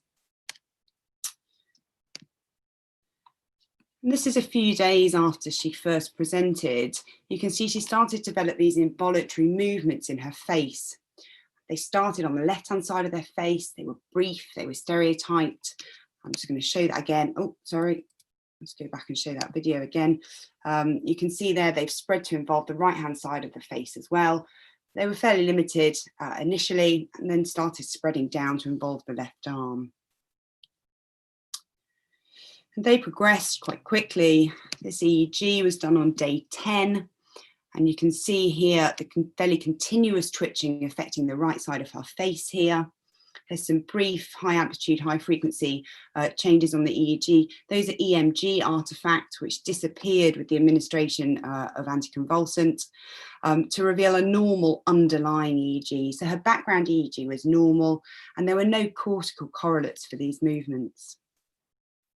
She was started on empiric anticonvulsants with levetiracetam twice daily, but unfortunately she continued to deteriorate, and this second EEG was done just 24 hours after the first, And you can see she's significantly changed.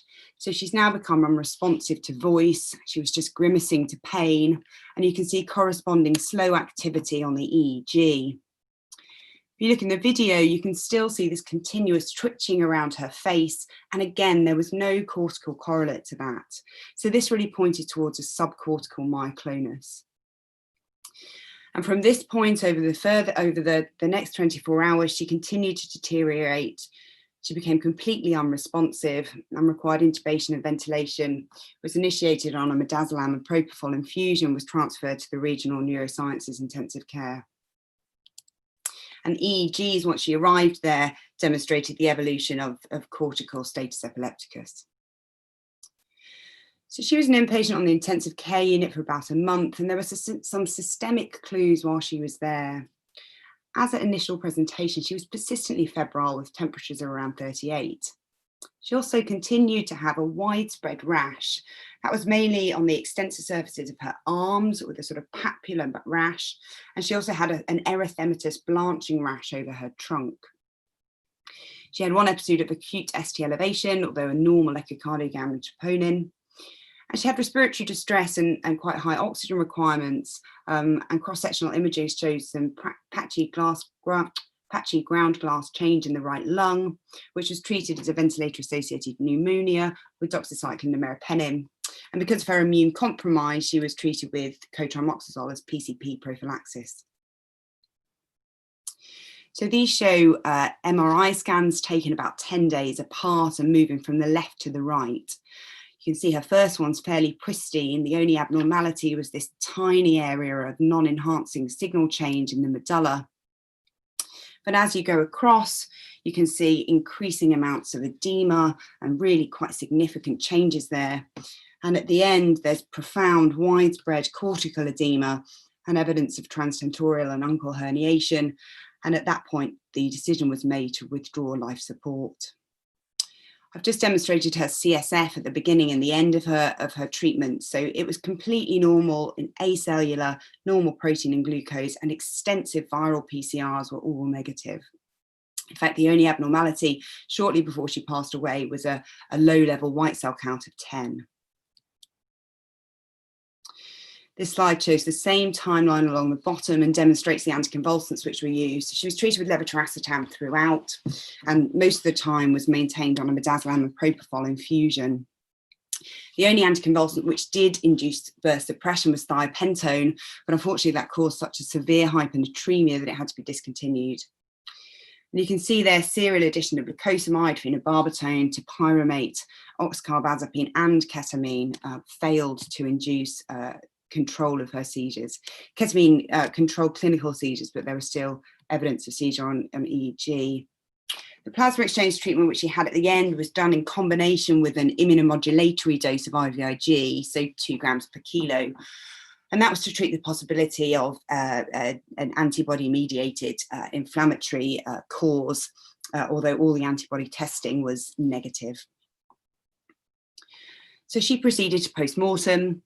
And you can see here her brain appearances. There was significant swelling and softening of the cerebral cortex with this dusky discoloration. And you can see evidence of inflammation on the slide there. When you looked at the specific markers, you can see masses of CD8 staining, so loads of macrophage infiltration, but a relative paucity of T-cell mediated inflammatory change. And when you look at higher power, you can see here intranuclear viral inclusion bodies in multiple cell types, some of which are forming multinucleate giant cells. We looked closer with electron microscopy. So the image on the left of the screen here is a normal one. And what you can see on the right in our patient's photograph here is huge amount of viral filamentous protein filling up and pushing that nuclear material to the side and creating that viral inclusion body. And we looked at that under even higher power.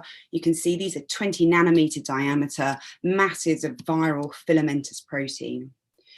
So we knew this was a viral inclusion body encephalitis, but we only knew the diagnosis when the PCR came back positive for measles virus, confirming a diagnosis of measles inclusion body encephalitis.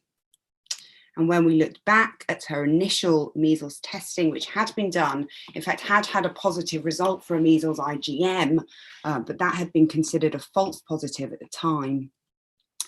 We were actually able to go back further to her presentation 2 months before we met her and check her admission blood, and that was PCR positive. We genotyped both the blood and the CSF, and they were identical D8 genotypes.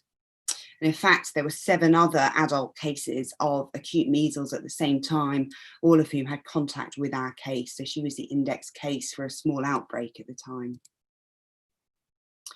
So a brief bit of information on measles inclusion body encephalitis. This usually presents within a year from acute measles and is really exclusively seen in those with T-cell or cell-mediated immune deficiencies, so particularly an untreated or uncontrolled HIV population, and those with hematological malignancies or as a consequence of the immunosuppressive chemotherapy regimes that are required to treat that. You'll expect to see normal CSF early in the disease and then rising titers of measles IgG. But of course, in our patient's case, she'd been treated with IVIG and she didn't mount her own IVIG. So it wouldn't really have been possible to interpret those results. Interestingly, you often see minimal or an atypical rash in these cases because the rash is mediated by the T-cell response, which is obviously insufficient. There's a very high mortality. The only treatment which is suggested has been in a single case report which reported potential benefit from early treatment with ribavirin. And this news article was published 10 days after the death of our patient, which celebrated the elimination of measles for the first time in the UK in 2017. Unfortunately, the decline in vaccine coverage and important cases from elsewhere have meant that we're no longer consider measles eliminated in the UK. And of course, worldwide, it's very far from being eliminated. I think in 2018, there were over 140,000 deaths from measles, most of those in children under 5, and of course, with the vast majority of that disease being in developing countries. So I just wanted to conclude really by saying what this case particularly taught me. I think it made it very, very clear that it's always important to take a careful travel history, to consider people's individual exposures, and never to underestimate the significance of immunocompromise in your list of differentials. But it also made me really think about the importance of vaccination, not just for individuals. Our patient, in fact, had been vaccinated for against measles with the MMR, but because of her immune deficiency, didn't mount a response. And so thinking more broadly about the role of vaccination, the importance of vaccination in protecting populations against devastating diseases like measles. Thank you. Thank you very much, Amy, for this wonderful case. I have never seen a case like this one, but we're surrounded by very experienced and talented neurologists from India and worldwide. So maybe we can ask some of the attendees, like Professor Raj Shakir or Professor Griswold, Professor Manji, if some of them have any experience on some cases like this one, or even Professor Meshram.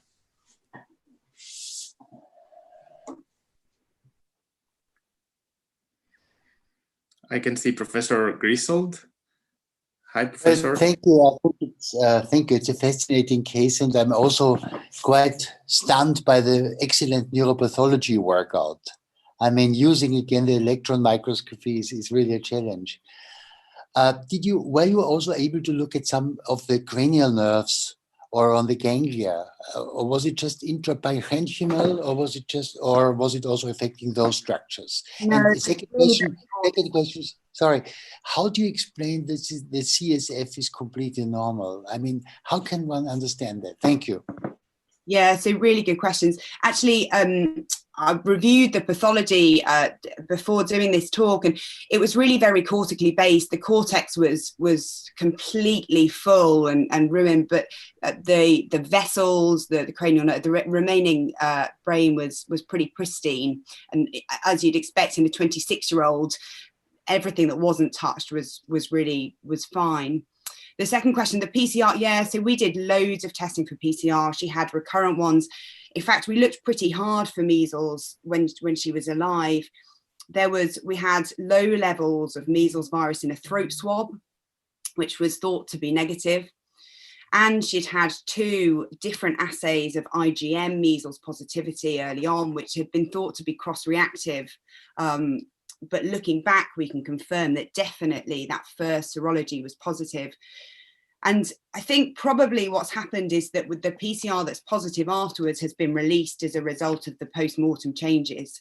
So the virus just wasn't detectable in her CSF when she was alive, but that necrotic macrophage infiltration, the necrosis that's happened post-mortem, has released the virus, and then it's been demonstrated. And the cranial nerves, I mean, did it also affect the cranial nerves, let's say, as a non-neuronal structure, or the ganglia? This would be an interesting question. Yeah, So, I can go back to pathologists and ask specifically, but my understanding at the time and more recently was that really it was very, very cortically based. very interesting distribution. Thank you very much for this very interesting case. Amy, can I just ask you a question? So from Laura's talk, if PCR is negative, would one have considered doing the antibodies in the CSF? Well, not in her case, because she didn't mount her own IgG.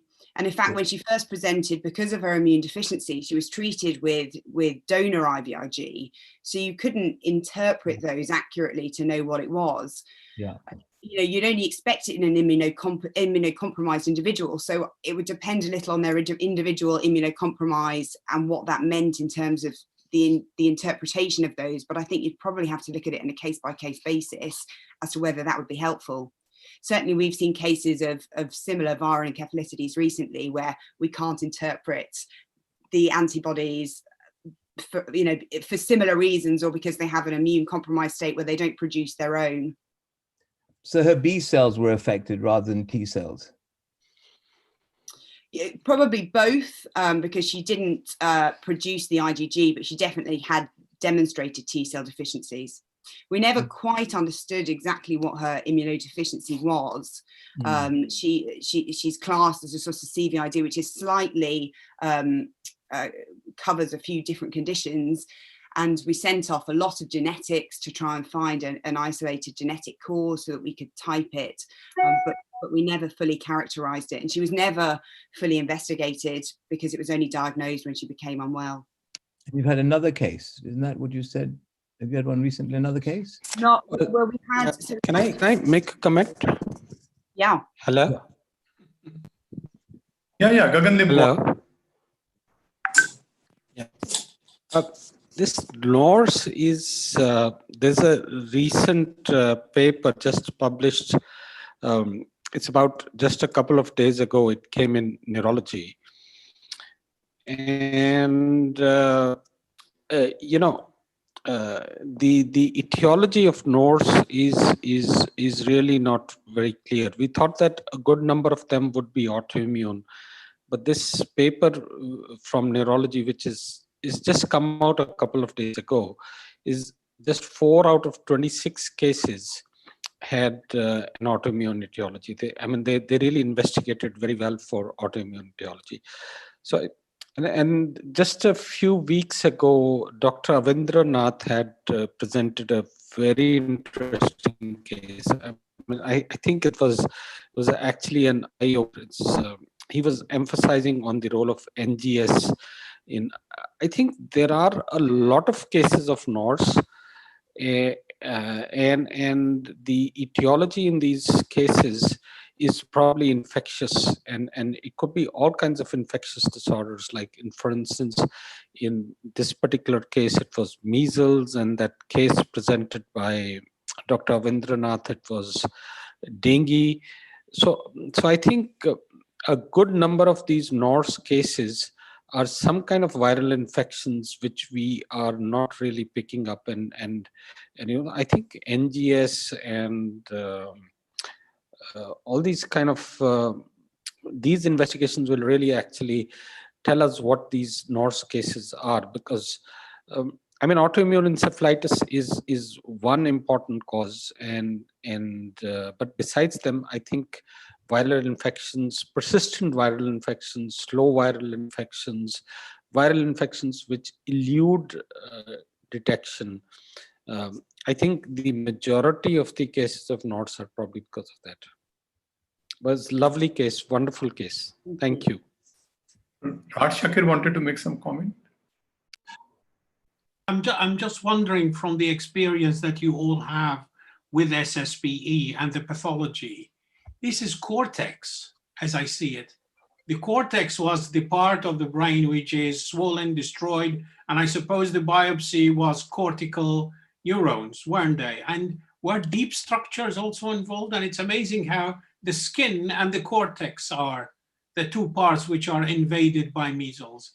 One just wonders whether the cause of the skin rash was direct effect of measles as well. And could you get measles if you did PCR from these? I know this is an afterthought, but who knows? It's just, and the deficiency, the IgM was not deficient, or was I wrong? So it was the Ig, IgA, and IgG. Is that right? Yeah. Exactly, and she's mounted a sort of acute reaction as well. So you wonder if it was something in the class switching that was her particular immune deficiency. But as I say, we never fully characterized it. Yeah, you wish that those tests were done when she first presented, but of course her immunodeficiency wasn't known, and she'd been fully vaccinated, was a well Caucasian individual who we don't see measles in the UK, and nobody thought about it. No. Nobody would, to be honest. Nobody would. Wonderful case. Thank you very much. Thank you. Christina Mara had some comment about whether hypogammaglobulinemia was the risk factor for measles. Yeah, I mean, I think her immune deficiency was absolutely a risk factor for it. There was also some comments about the differential diagnosis between the measles, inclusion body encephalitis, and SSPE. Yeah, so that was one of the reasons for genotyping her CSF and comparing it with her serum as well. Just because we hadn't been able to demonstrate the PCR positivity when she was alive, we wanted to check whether there was any chance that, like in SSPE, the virus has mutated, but they were identical genotypes. So my understanding, there may be significantly more experienced and informed individuals on this call, so please correct me if I'm wrong, but my understanding with SSPE is that it's much more common if you're infected at a very young age, and the virus then invades and escapes the immune system and has the opportunity to mutate. So is a different mutated virus when it subsequently presents with SSPE, and that wasn't the case in our individual. This was only a month or close to 2 months after her acute presentation, so consistent with previous reports of MIBE.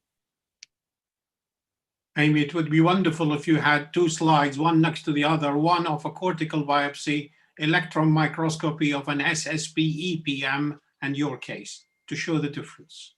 I'll try and find one for you. Yeah. And maybe one of our colleagues from India can send you one. But because postmortems are very important, and to have these beautiful electron microscopy, as Professor Griswold said, is something which we don't see. So if you have a comparison between the two, people will know. We've had a pediatric case of SSPE fairly recently, and I was hoping to get the slides for that for today, but unfortunately I couldn't get hold of them. So I'll look into it. In India, we see even in elderly patients, some rare events. I have seen patients with 40, 45 years presenting with SSPE. So it can present at later age also. And he presented with adult SSP is we do see adult SSP, once in a year. More than that. Yeah. Well, we're putting this call to our Indian colleagues, please. I don't know if Sudhir was on the line, so maybe a case can be sent to Amy, because that comparison, especially with that wonderful electron microscopy. Thank you. Yeah, thank you. Wonderful case. I think we move on to the next case now. Sure. Let's move to the next presenter. Thank you very much, Amy, for this wonderful presentation and discussion. And our last case of the session will be presented by Professor Hadi Manji from UK, from the University College of London, and also from the National Hospital for Neurology and Neurosurgery. I'm not sure whether the name of the case is in German or not. The title is a case Schadenfreude for you. So please, Dr. Manji, clarify us if this is also part of the case. It is part. David, can you see my slides? Yeah, okay, we can hear you. Oh yeah, so Kate was Schadenfreude. So Wolfgang, you're there. Do you want to just tell us the meaning of Schadenfreude, please? And I'll put in my definition, all right? Well, Schadenfreude means that if somebody experiences something bad or has a damage or something, and you're joyful about it. So you kind of, you're not compassionate what happened to the patient, but on the contrary, you develop some joy that somebody suffers. This would be my translation of Schadenfreude. Okay, I mean, it's malicious joy, really. And, you know, as medical people, we are quite competitive in a sense. And so I thought I'd present this case for you because this was something that happened at our hospital, the National Hospital at Queen Square, which has been there for 200 years. We have 150 neurologists, academics and clinicians, okay? We have a specialist for everything. So if I want a specialist movement disorders, I can ring up Kailash Bhatia. Peripheral nerve, I can ring Mary Riley, or epilepsy, Simon Chauvin. And at one stage, we even had a professor of pupillometry. And Stephen Smith, all he spent all day was looking at pupils and telling us what the diagnosis was, all right? So it's a very super specialist type of place, but there are problems. So I'm going to take you through this case, which, as it happens serially, okay? So this was a referral from the GP who said, please see the 65-year-old ex-nurse. So this is another nurse, Amy's case was a nurse as well, from Ireland, and she has complained of pins and needles in both feet since August when she'd been to France having undergone a thyroidectomy. So we had a 7-month history of sensory symptoms in the lower limbs. She'd had breast cancer in the past, and she also had folic acid deficiency. And that was the history from the GP. Now, she was seen as what happens normally in this situation at Queen Square, that patients get seen in the general clinic, usually by a registrar or consultant. And the history was that she was a nurse, a theatre manager at a particular hospital in London. And 8 months previously, she'd noted pins and needles in the left foot and then both feet after a week with numbness. So asymmetric onset, no weakness, no symptoms in the upper limbs. And when she was examined in the general neurology clinic, there was no weakness, but there was sensory loss in both feet with a reduction of vibration sense in the left, but not the right big toe. Normal position sense. So again, asymmetry, but the reflexes were preserved, plantar equivocal, and the doctor in that clinic wasn't clear whether this was peripheral or central in terms of a myelopathic process.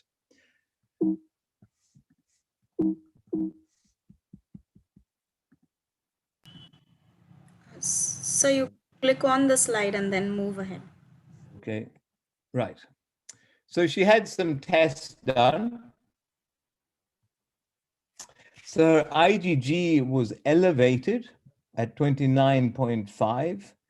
She had immunofixation. So, you know, protein electrophoresis will pick up some paraproteins, but you pick a higher rate with immunofixation or even with serum-free light chains.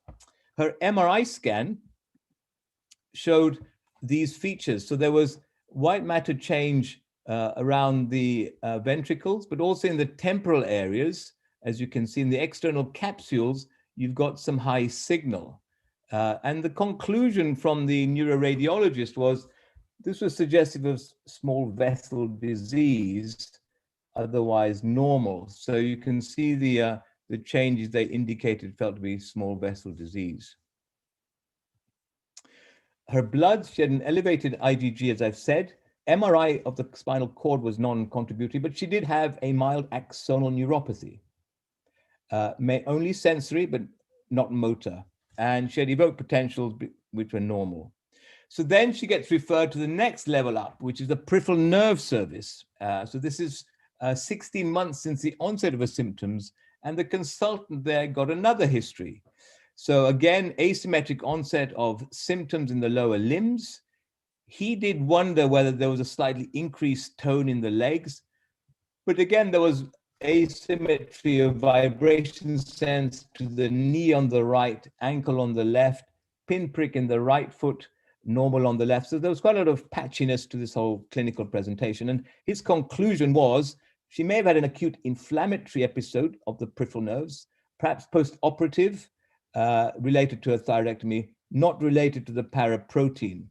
She had a slightly lowish vitamin B12, and she was put on vitamin B12 injections. So this is 16 months after the first symptoms. And then in the follow-up clinic, 18 months after the initial presentation, she was better, not 100%, but she was better. B12 helped her. I've discharged her from my clinic. So this is where we were 18 months down the line. So then she's re-referred to the hospital in that she has walking difficulty and now presents with an episode of loss of consciousness. And the examination showed that she was unsteady whilst walking. She now had brisk knee and ankle jerks, again, pointing to a more central process. And the question was there a cardiac cause of the blackout?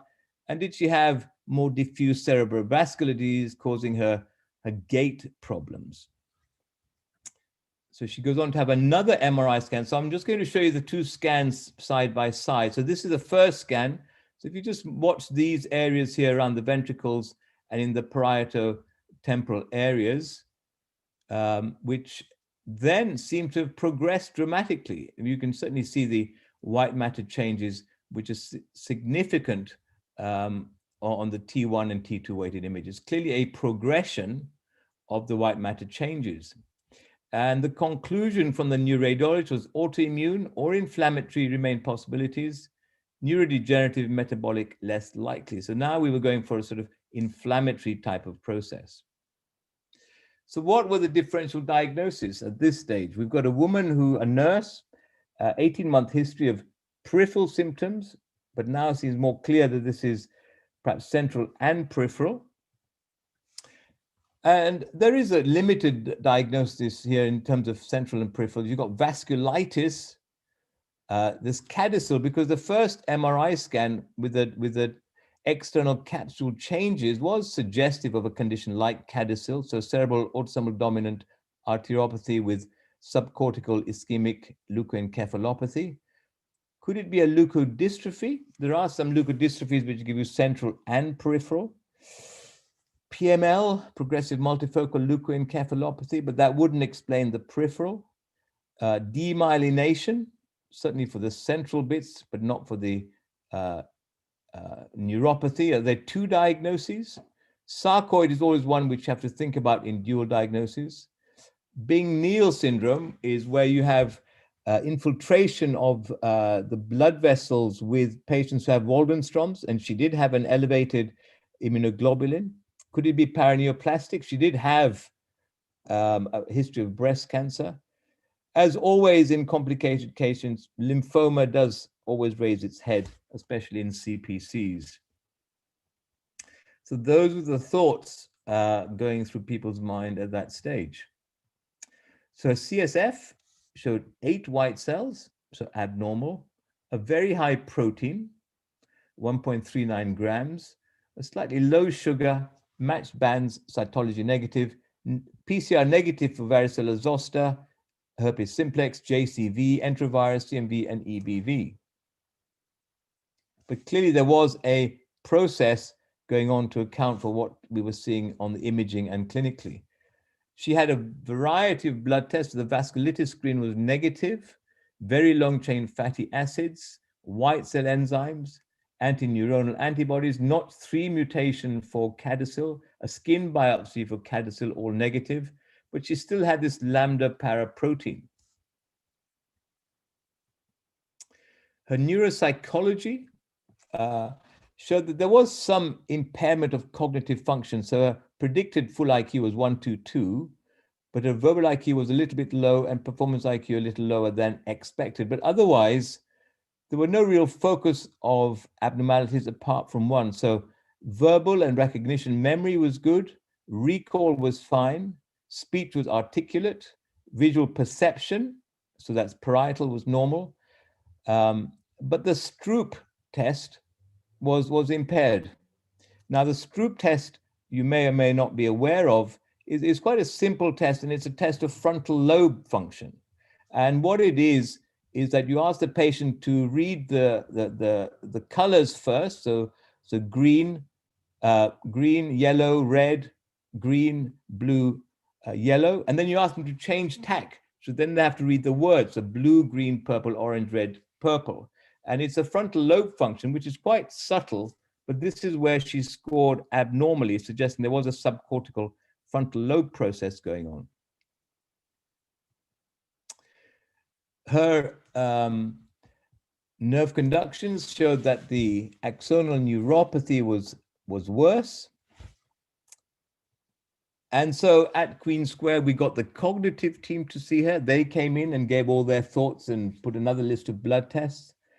The vascular team came and they gave all their thoughts. The inflammatory team came. The neuro-ophthalmology team came and gave their thoughts. The peripheral nerve team was involved. So everyone came and wrote in the notes and put on their various tests. Still, there was no concluding diagnosis. And so the question was, what will we do next? A brain biopsy or a nerve biopsy, because we needed to find out, get some tissue really. And so she was planned, in fact, to have a nerve biopsy by our neurosurgeon, a non-dominant hemisphere biopsy. And the night before the biopsy, the houseman, the most junior of the medical staff, did a blood test.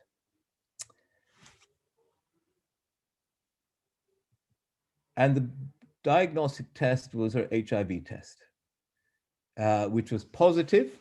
She had a very low CD4 count of 130, a high viral load, both in the CSF and in the blood. And so the diagnosis was that of HIV in a 65-year-old nurse who had been investigated for 18 months before the diagnosis was reached. And so I think it was a lesson for everyone about this case in terms of thinking about the simple basic rules of neurology and medicine and not get too bogged down. Now, this is a very interesting paper that I would recommend everyone to read if you haven't read it. Alan Roper is now the associate editor of the New England Journal of Medicine. He is a neurologist at Massachusetts General. And this talks about how we make mistakes in neurology. And these are cognitive errors, which are based on shortcuts. So we all see patients and you get a mass of information with history and examination. And we all take shortcuts, which come with experience of reaching a diagnosis very quickly or making a differential diagnosis. And you have to do it because otherwise you would spend so much time trying to see the wood for the trees, you wouldn't get anywhere. And so in this case, I suppose that there were a number of errors made. One of them was blind obedience, so that everyone thought the previous specialist was the specialist and they must be right, okay? But obviously the junior houseman did not fall into this category because he realized that there was a blood test that hadn't been done and did the right test. And no doubt his career is on the rise. Framing effects, so you focus on one word. Maybe what we were talking about was she was Irish, she was a nurse. And these are sort of things worth thinking about when one's talking about making diagnoses and making mistakes. And I think everyone needs to look at the mistakes they've made and where they've gone wrong.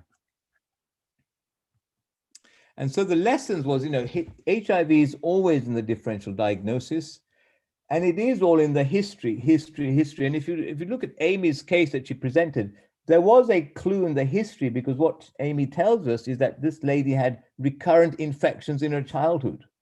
She was having she had lots of infections in childhood, which should have raised perhaps the question about the immunodeficiency. In our nurse, the history that was missed is that she'd worked certainly in theaters in a hospital in South Africa, where, as you know, HIV is very endemic, and this is most likely where she picked it up from. The next lesson is that when you think about diagnosis, then it is horses, which are the simple things first. Then you think about zebras and the more rarer causes like Bing-Neal syndrome. And it's important not to try and be too clever. The fourth lesson is that really there is no phenotype for HIV. You need to consider it in every patient, whatever their phenotype. And I try to make a list of CNS plus PNS disorders, and there is a large list of differentials which you can think about in a combination of these things. And I think one of the problems with super specialization, such as what's happening now, maybe more so in our hospital in the UK, for example, is that everyone becomes a super specialist, but you don't have anyone to look at the patient as a whole and come up with a unifying diagnosis. And I think that is an important lesson, that everyone needs to be a good general neurologist before you become a specialist. And I think one also has to learn that we always make mistakes, and you will always continue to make mistakes. And so you need to be very careful. And I'll finish there, David. Thank you very much for the beautiful case and all the reflections you made. Very teachful. I can be more agree on the science of error. And I think that the second error is when you don't learn from the first one. So I'm not sure if we have any comment from the audience or any of the attendees wants to raise any point. I saw that Tina Sharway-Felly was also around here. So Tina, would you like to say something or to comment something about the cases?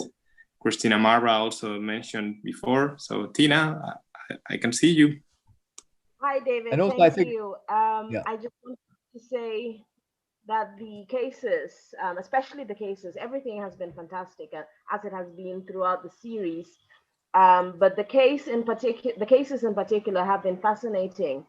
I am just a little bit saddened that should we have seen some of these cases in the environment where I work, we would have been so terribly limited in the ability to test for some of the things.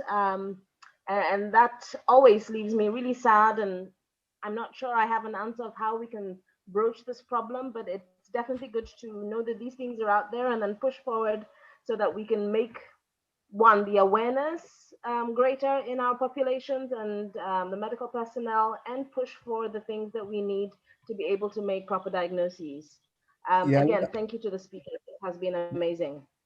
What I would emphasize, is, I think the art of clinical neurology, the history taking, the examination, really still needs to remain the core of what we do. And there is a tendency now to invert that whole paradigm of the diagnosis, is that you do all the investigations and then you look at the history and examination. And that is something I think that one has to teach juniors and medical students, is that we need to avoid this mechanization of medicine and neurology in particular, that the history and examination still has to remain the key of what we do.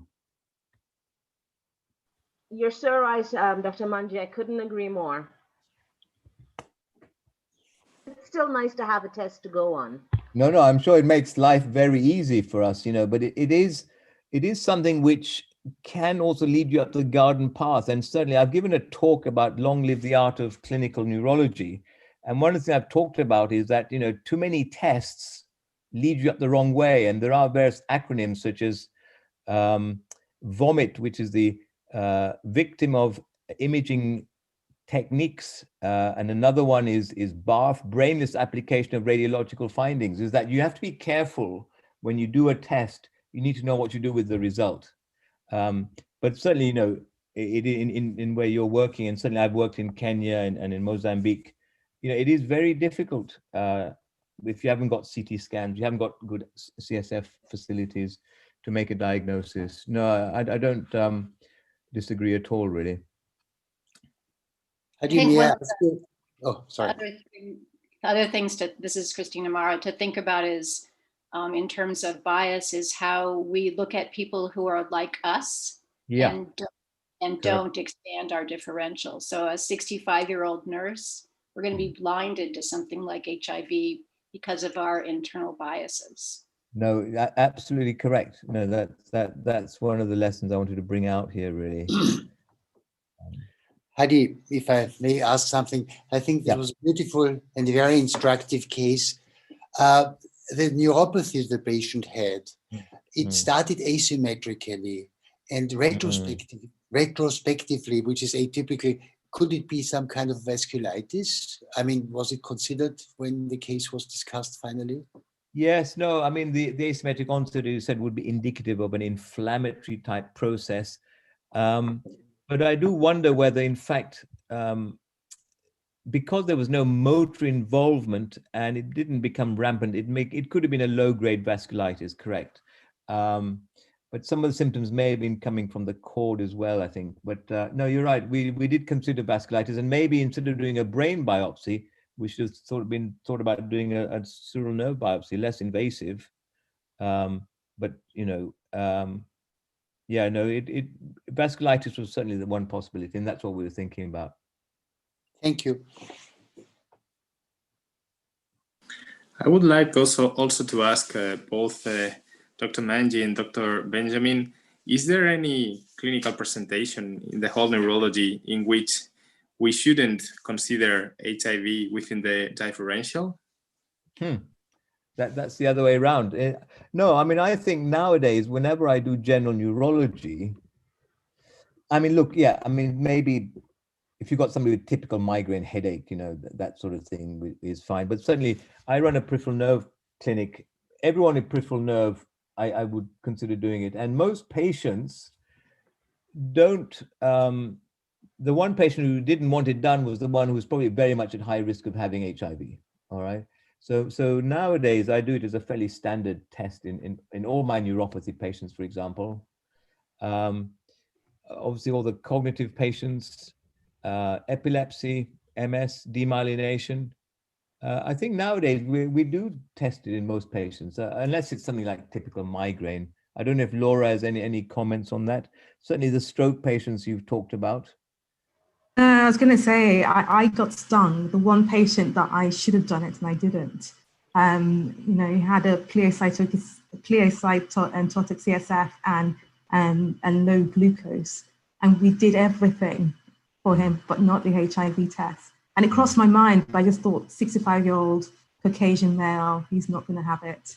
Let's do everything else. And thereafter, I do it all the time. And I see HIV test costs about, what, £5 or less than that. And I think about MRI scans and CT scans, it's easy to just do.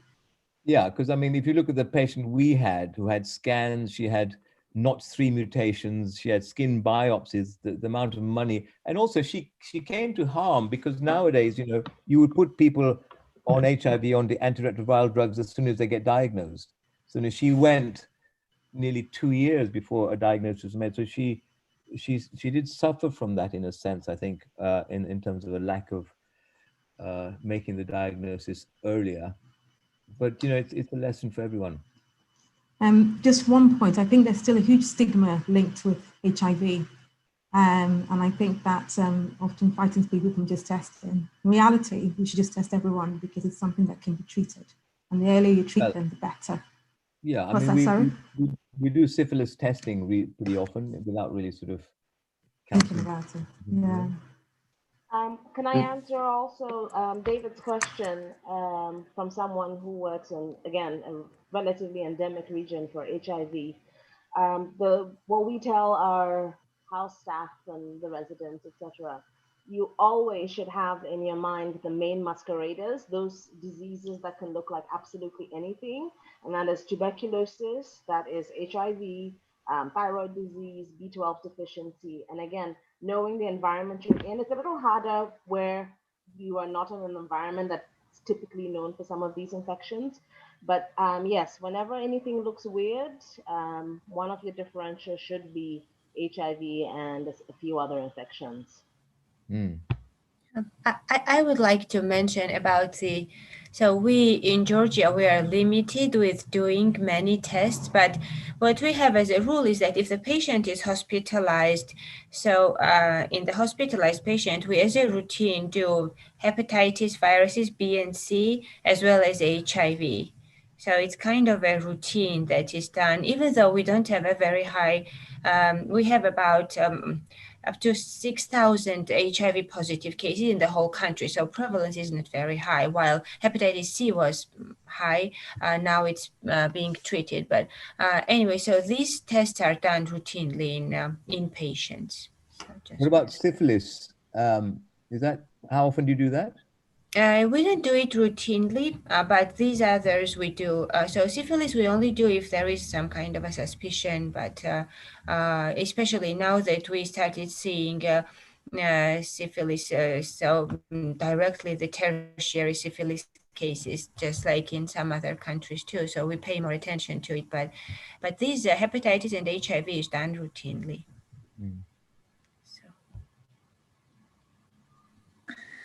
Okay, excellent. I totally agree with the importance of HIV and syphilis testing, but at least in Spain, we need to ask the patient for permission, and that's a bit tricky sometimes when you ask a very old person, I'm gonna test your HIV, but we have to do that, definitely. Yeah, oh, sorry. There are two things which can present with anything. One is tuberculosis with all the syndrome, and other is HIV. It can present, and when you are getting a different, or when you don't reach the diagnosis, you must, I think, do or suspect that whether one is dealing with HIV, and second in India, tuberculosis. So as a part of routine, especially when you see the MRI, such kind of changes on CT or MRI, I think the diagnosis suspect is HIV. But maybe Rad wants to talk about brucellosis being the great masquerader as well, because he's just written an article. Yeah. Where it's common. Rad, do you want to comment about your article on brucellosis? Well, usually now brucellosis is the most common, is a chronic meningitis, but it can present, it's very protein, the manifestations, central and peripheral, and a combination. I don't see how when I was training many years ago, nobody went into hospital neurology ward without having a VDRL. And in many ways, Hadi, I think your case was diagnosed by the junior doctor because she was going to have a biopsy of a nerve or a brain biopsy the following day. And that's why, probably, I may be wrong, but that's why the resident didn't see an HIV test and did it. And maybe the threat of having an operation was the reason why she was done. Now you have to explain to me, where is the Freudenschreuder? How do I say it in German? Tell me that. Schadenfreude, where is it in your case? So the Schadenfreude is, Queen Square is a neurology hospital, 150 neurologists. She was seen by about 30 neurologists from the beginning. And it should make people feel better that, mistakes get made at all levels in every hospital, even some super specialist hospital. That's Schadenfreude. In a sense, it's to make everyone feel better that, we can cock things up and make mistakes like everyone else, Oh, we all know that, Hadi.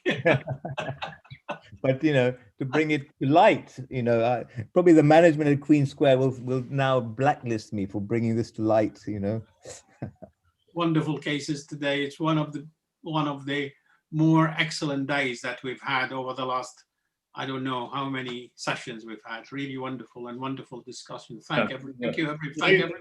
12th session. Great session. Thank you. 12th. Yeah. Thank you very much. And thank you very much. Next time we meet on 7th November now.